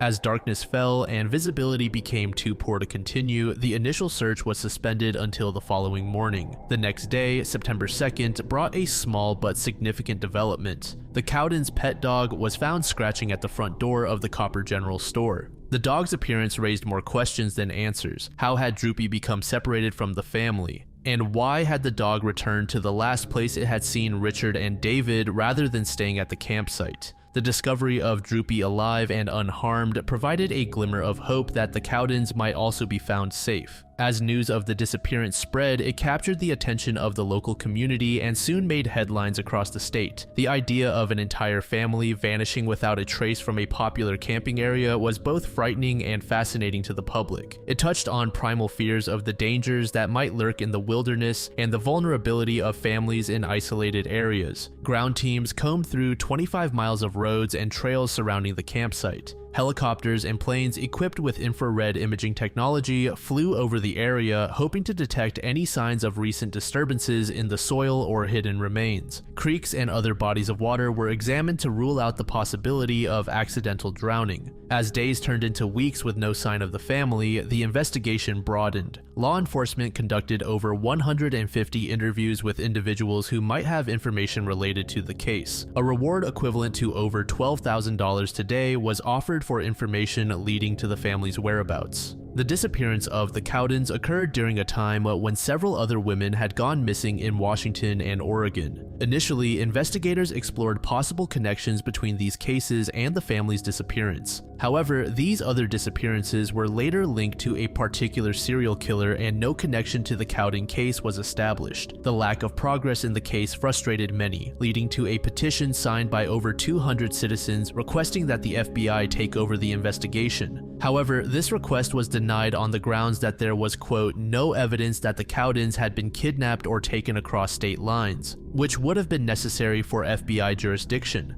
As weeks turned into months, the official search was scaled back, but friends and relatives of the family continued to spend their weekends and vacation time searching the area, clinging to the hope of finding answers. 7 months after their mysterious disappearance, the fate of Richard, Belinda, David, and Melissa Cowden was finally revealed. On April 12, 1975, 2 gold prospectors from Forest Grove, Oregon were hiking through the rugged terrain near Carberry Creek, approximately 7 miles from the Cowdens' original campsite. As they made their way along a steep hillside, they stumbled upon a horrifying sight that would change the course of the investigation. The first body they discovered was that of an adult male, later identified as Richard Cowden. His remains were found in a disturbing position, tied to a tree on the hillside. This scene immediately suggested foul play and ruled out any lingering hopes that the family's disappearance might have been voluntary or accidental. Approximately 100 feet away from Richard's body, the prospectors made an even more chilling discovery. Hidden beneath a rock outcropping on the hillside was a small cave.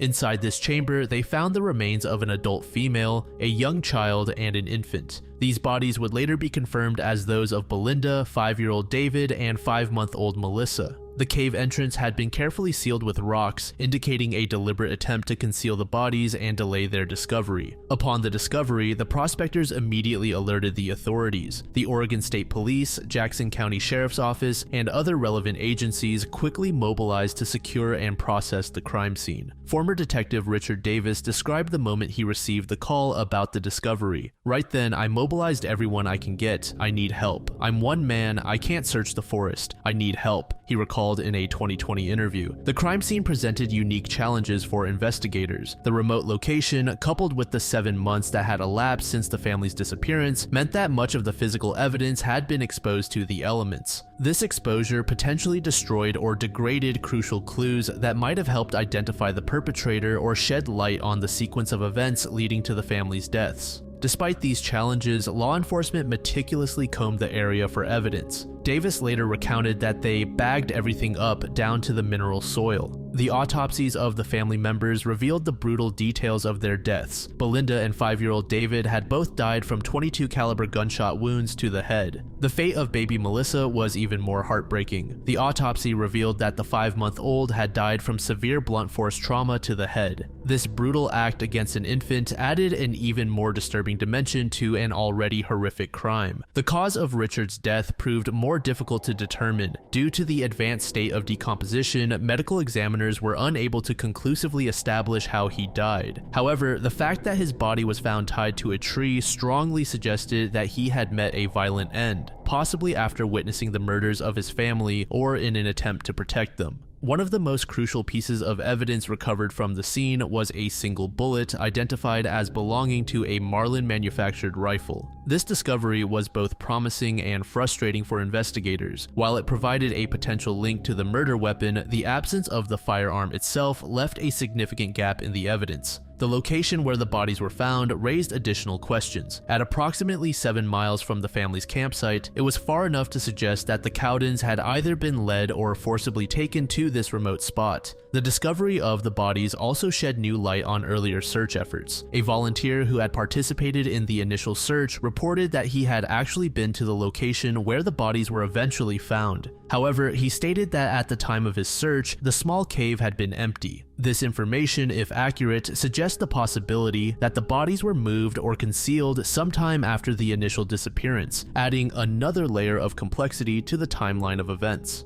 In the days and weeks following the discovery, investigators pursued several lines of inquiry. They re-interviewed witnesses from the original disappearance, now armed with new information about the family's fate. They also expanded their search for anyone who might have purchased a Marlin manufactured rifle capable of firing the type of bullet found at the scene. Not long after, Dwayne Lee Little emerged as the primary suspect in the Cowden family murders, though he was never formally charged with the crime. Born in December 1948, Little had a troubled past and a history of violence that made him a person of interest in the case. Little's criminal history began at a young age. On November 2, 1964, when he was only 15 years old, he committed his first known murder. He raped and killed 16-year-old Orla Faye Phipps in Oregon. This brutal crime shocked the community and resulted in Little receiving a life sentence in 1966. Despite the severity of his crime, Little was paroled from the Oregon State Penitentiary in Salem on May 24, 1974, after serving just 8 years of his life sentence. This early release would prove to be a controversial decision, as Little's time in prison appeared to have done little to reform his violent tendencies. The timing of Little's release became significant in the Cowden family case. He had been out of prison for only 3 months when the family disappeared. State police were able to determine that Little had been in the Copper area over the Labor Day weekend, coinciding with the time the family vanished. Several additional factors, including suspicious travel claims, firearm evidence, refusal to cooperate, and more also played a role. Despite these suspicious circumstances, investigators were never able to gather enough concrete evidence to charge Little with the Cowden family murders. The case against him remained largely circumstantial. Additionally, a miner who owned a cabin near the crime scene claimed that Little and his parents had stopped by on Monday, September 2, 1974, and signed a guest book he kept for visitors. This suggested that Little had familiarity with the area where the bodies were eventually found. Little also claimed to have driven from Crescent City, California to Rouge on the day the Cowdens disappeared. However, he denied being in Copper, despite it being on his most direct route home. This inconsistency raised suspicions among investigators. On June 2, 1980, Little committed another horrific crime. He picked up a pregnant 23-year-old woman named Margie Hunter, whose car had broken down near Portland, Oregon. Little proceeded to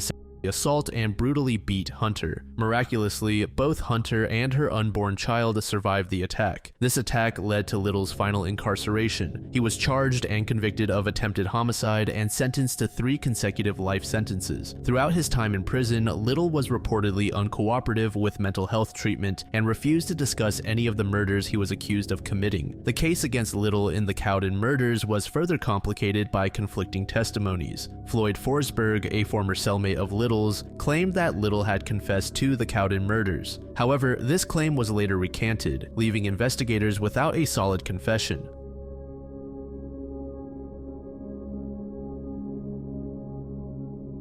On the evening of December 6, 1991, a horrific crime occurred in Austin, Texas. 4 teenage girls were murdered at an I can't believe it's yogurt shop. The victims were Eliza Thomas, 17, Jennifer Harbison, 17, Sarah Harbison, 15, and Amy Ayers, 13. Eliza and Jennifer were employees at the yogurt shop working the closing shift that Friday night. Sarah and Amy, friends of the older girls, had come to the shop to get a ride home with Jennifer after the store closed at 11 p.m. The events of that evening began to unfold as the shop was preparing to close. Around 10 p.m., approximately an hour before closing time, a man entered the shop and asked to use the restroom in the back. Witnesses later reported that this individual took an unusually long time in the bathroom, and there was speculation that he may have tampered with the rear door, possibly leaving it unlocked or jammed open. As the clock approached 11, Jennifer locked the front door of the shop to prevent any more customers from entering. A couple who left the shop just before closing time later told investigators that they had noticed 2 men sitting at a table, behaving in a sneaky manner. This observation would later become a crucial piece of information in the investigation, as police sought to identify these 2 individuals who were never located. What transpired after the shop closed remains a subject of speculation and investigation. Based on the evidence gathered at the crime scene, investigators believe that at least 2 perpetrators entered the shop, either after closing or perhaps having hidden inside. The girls were forced into the back storage room of the yogurt shop where the horrific assault began. The girls were forced to undress and were bound with their own clothing. According to officials, at least one of the victims, and possibly more, was assaulted. The perpetrators then proceeded to shoot each girl execution style in the back of the head. The brutality of the crime was further compounded by the perpetrators' attempts to cover their tracks. After committing the murders, the killers set fire to the yogurt shop using paper plates, cups, and cardboard from the store that had been soaked in lighter fluid. This act of arson was likely an attempt to destroy evidence, but it would also lead to the discovery of the crime. At approximately midnight, about an hour after the shop had closed, a police patrolman noticed smoke coming from the yogurt shop. He immediately reported the fire to his dispatcher. Firefighters quickly responded to the scene, unaware of the grisly discovery that awaited them. As the firefighters worked to extinguish the flames, they made a horrifying find. In the back storage room of the shop, they discovered the bodies of 3 of the girls, Eliza, Jennifer, and Sarah. Their bodies had been severely charred by the fire. The body of the 4th victim, Amy Ayers, was found in a separate part of the shop, about 10 feet away from the others. Unlike her friends, Amy's body was not as severely burned, having suffered 2nd-degree and early 3rd-degree burns on 25 to 30% of her body. She was found with a quote, sock-like cloth around her neck. The positioning and condition of the bodies provided investigators with crucial, albeit disturbing, information about the crime. The 3 girls found in the storage room, Eliza, Jennifer, and Sarah, had all been shot in the back of the head with a single gunshot wound. Amy, however, had been shot twice. The first bullet had missed her brain, while the second had caused severe damage, exiting through her lateral cheek and jawline. The fire had burned so intensely that it melted the upper rungs of a thick aluminum ladder in the rear of the business. This intense fire, combined with the water used by firefighters to extinguish it, severely damaged the crime scene and destroyed countless pieces of potential evidence. Despite the perpetrators' attempts to destroy evidence, investigators were able to recover some crucial physical evidence from the scene. They determined that 2 different firearms had been used in the murders, a .22 caliber revolver and a .380 semi-automatic pistol. Spent rounds from both these weapons were recovered at the scene. Perhaps most importantly, investigators were able to recover a small sample of male DNA from one of the victims. This DNA evidence would become a central focus of the investigation in the years to come, as advances in forensic technology offered new hope for identifying the perpetrators. The discovery of the crime sent shockwaves through the Austin community. The city had never seen a crime of this magnitude and brutality before. The fact that the victims were young teenage girls killed in such a violent manner in a place as innocuous as a yogurt shop added to the sense of horror and disbelief. On December 10, 1991, more than 1,500 people attended the funeral for the victims. A $100,000 reward was offered by a private group of entrepreneurs for information leading to the arrest and conviction of the perpetrators. This substantial reward generated numerous tips and leads, which investigators followed up on. As the investigation progressed, several theories emerged about the motive behind the crime. Initially, investigators believed that the murders may have started as a robbery gone wrong. However, the extreme violence of the crime and the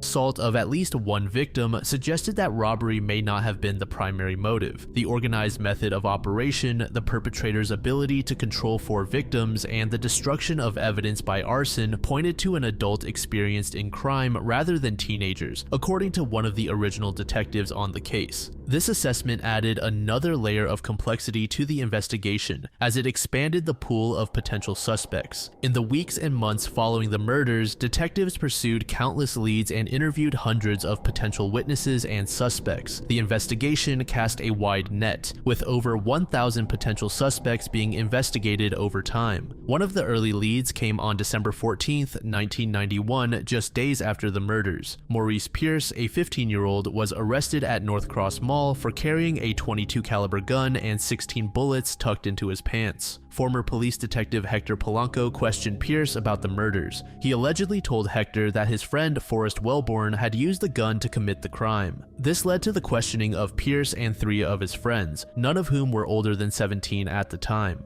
However, after intense questioning, detectives decided that Pierce was likely trying to get himself out of the gun charge and eliminated him and his friends as suspects at that time. The investigation was further complicated by the numerous false confessions that poured in. Over 50 people falsely confessed to the murders, each requiring thorough investigation and ultimately diverting resources from other potential leads. These false confessions would continue to plague the investigation for years to come. In March 1992, Detective Hector was removed from the yogurt shop investigation. He had developed a reputation for coercing confessions from suspects, which raised concerns about the integrity of the investigation. This change in personnel was just one of many that would occur over the course of the long-running investigation. As the months turned into years, the case began to grow cold. Between 1993 and 1996, tips continued to come in, but no arrests were made. In 1996, the investigation was reorganized under APD Detective Paul Johnson. As part of this reorganization, investigators decided to revisit old tip files, including the one related to Maurice Pierce. This decision to re-examine old leads would eventually lead to significant developments in the case, although not for several more years.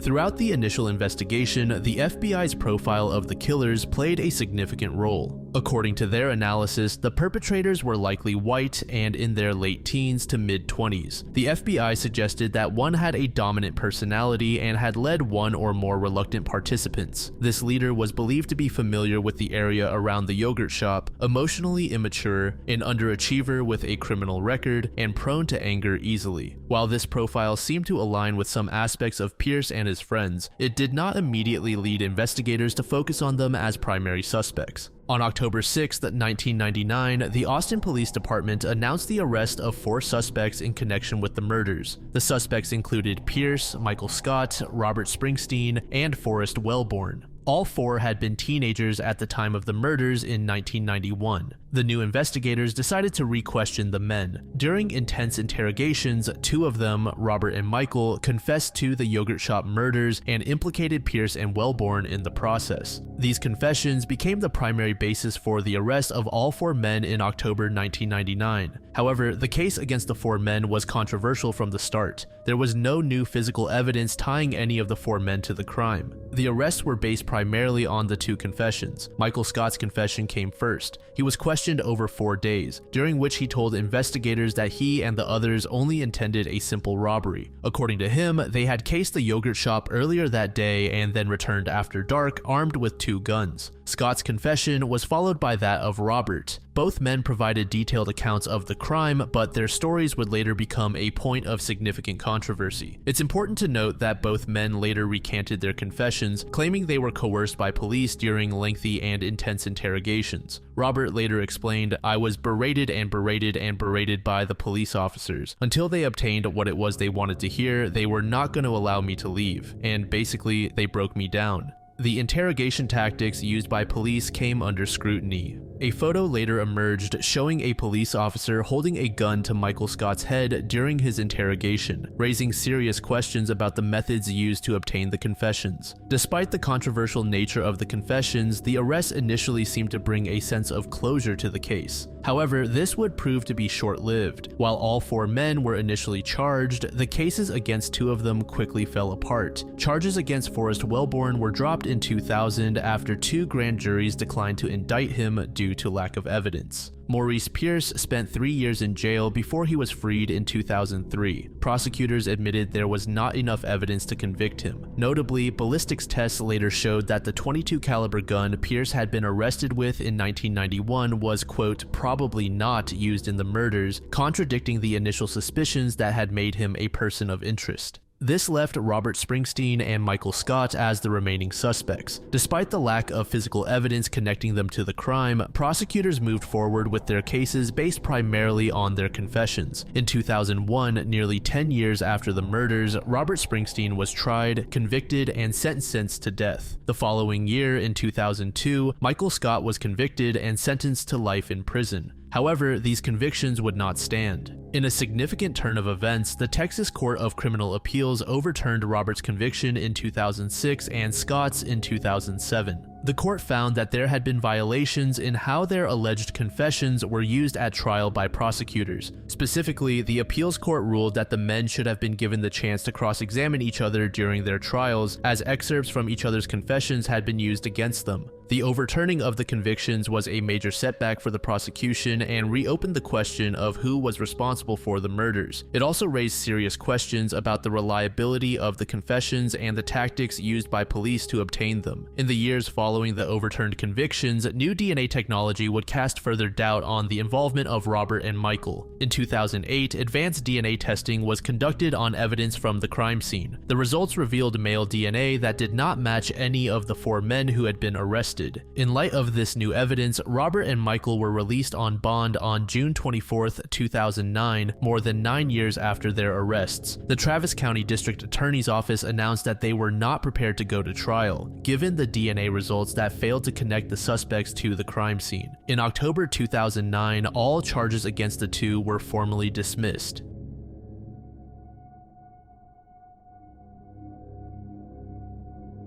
Harvey McLeod, a 65-year-old cab driver from Modesto, California, found himself at the center of a terrifying crime on January 8, 1996. McLeod's experience as a cab driver spanned over a decade, during which he had encountered a wide array of passengers and situations. His years of service had equipped him with a calm demeanor and an ability to handle unexpected circumstances. However, nothing in his extensive career could have prepared him for the events that unfolded on that winter day. Harvey's ordinary workday began like any other, with him navigating the streets of Modesto in his taxi, picking up and dropping off passengers. His colleagues knew him as a reliable and dedicated worker, always punctual and professional in his dealings with customers. Eventually, a man who hailed Harvey's cab stood out immediately due to his unusual appearance. He was wearing a turban and had adorned himself with what Harvey quickly recognized as a fake beard and mustache. This disguise, while noticeable, didn't initially alarm Harvey, who had seen his fair share of eccentrically dressed passengers over the years.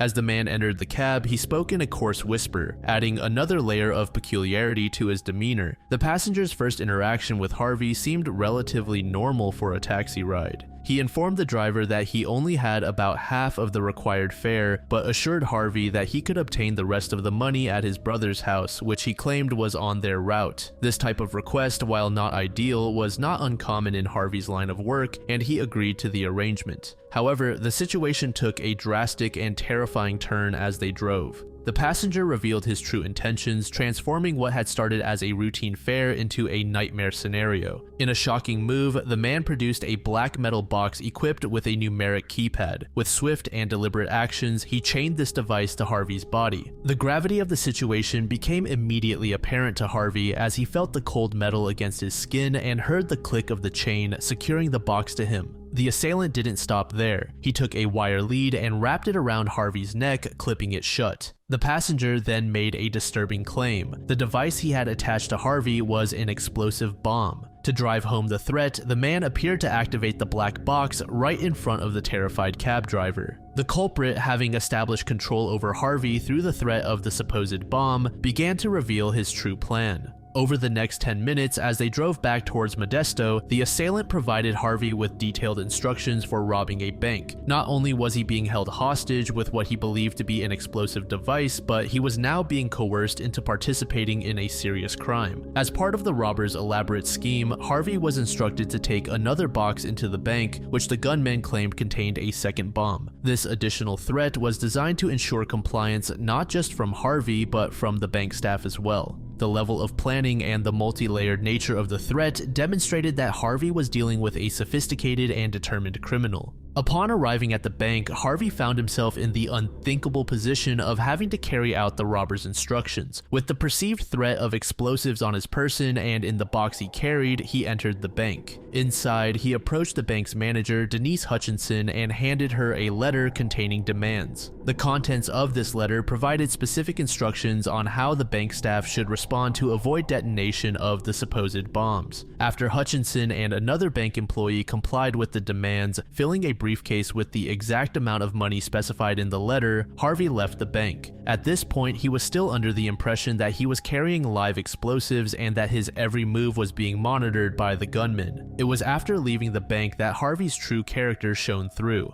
Following the gunman's instructions, he drove to a hardware store located about 15 minutes away from the bank. There, he parked his cab and left behind both the stolen cash and his car keys as per the robber's demands. However, Harvey decided to take action rather than passively wait for further instructions or potential harm. Harvey walked approximately half a mile to the nearest payphone. This decision was fraught with risk. He was still wearing what he believed to be an explosive device, and he had no way of knowing if the gunman was watching him or if any sudden movement might trigger the supposed bomb. Nevertheless, Harvey made the call to law enforcement, alerting them to the situation and potentially saving lives in the process. Harvey's decision to contact the authorities set in motion a rapid response from law enforcement. Police quickly arrived at the scene, and the area around Harvey was swiftly evacuated. The bomb squad was called in to assess and deal with the device strapped to his body. During this time, Harvey found himself at the center of a tense and frightening situation, isolated as he waited for the bomb squad to determine the nature of the device he was wearing. The resolution of the immediate threat came when the bomb squad successfully removed the device from Harvey. Subsequent X-ray analysis revealed that both the device attached to Harvey and the one left at the bank were in fact fake. This discovery, while bringing immense relief, also highlighted the psychological sophistication of the crime. The gunman had managed to control not just Harvey, but an entire bank staff through the threat of explosion without ever putting himself at risk of handling real explosives. With the immediate threat neutralized, investigators turned their attention to gathering evidence and witness accounts. The crime scene extended beyond the bank, encompassing the route Harvey had driven and the location where he had left his cab with the stolen money. Forensic teams combed these areas for any physical evidence that might lead to the identification of the gunman. Inside the bank, investigators interviewed staff members, including manager Denise Hutchinson, who had directly interacted with Harvey during the robbery. Their accounts provided crucial details about the gunman's demands and the fear he had created.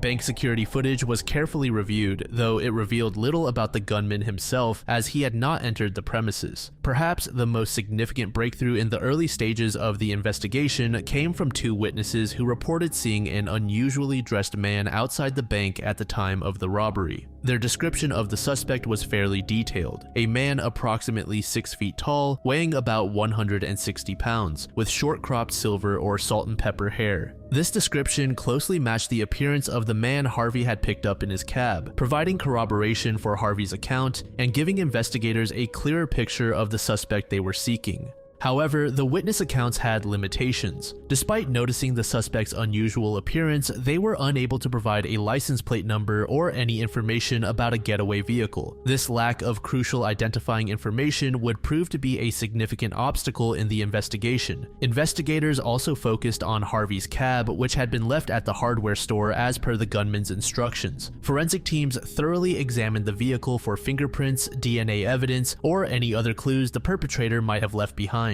The fake bomb devices were also subjected to detailed analysis, with experts hoping to find trace evidence or unique components that might lead to the gunman's identity. As the investigation progressed, detectives worked to piece together a timeline of events. They retraced Harvey's route from the initial pickup point to the bank and then to the hardware store where he had left his cab. Security camera footage from businesses along this route was collected and analyzed, searching for any glimpses of the suspect or potential accomplices. The instructions left for Harvey in the cab were of particular interest to investigators. These detailed directions, which included the location where Harvey was to leave the money and instructions about waiting for a call with directions to dismantle the bomb, suggested a high level of planning and familiarity with the area. Investigators likely considered the possibility that the perpetrator had local knowledge or connections. In the days and weeks following the robbery, law enforcement conducted extensive canvassing of the areas involved in the crime. They interviewed residents and business owners, hoping to uncover additional witnesses or security footage that might have captured the gunman before or after the robbery. The investigation also delved into Harvey McLeod's background and personal life. While he was clearly a victim in this crime, standard procedure dictated a thorough examination of his history to rule out any potential involvement or connection to the perpetrator. Harvey's long career as a cab driver was scrutinized for any unusual incidents or passengers that might be relevant to the case. Despite the intensive investigation, as of February 2025, nearly 3 decades after the incident, the case remains unsolved. The statute of limitations has expired on the robbery charge, but the kidnapping charge is still active. This case has drawn comparisons to other crimes involving fake bombs used as coercive devices. In 2003, the infamous pizza bomber case in Erie, Pennsylvania saw Brian Wells forced into robbing a bank while wearing an explosive collar that ultimately detonated, killing him. More recently, in 2020, a man in Baltimore forced an unlicensed cab driver at gunpoint to wear what appeared to be an explosive vest during another bank robbery attempt. This suspect was caught, unlike in Harvey's case. While these cases share thematic similarities, there is no direct evidence linking them to the one we just went over.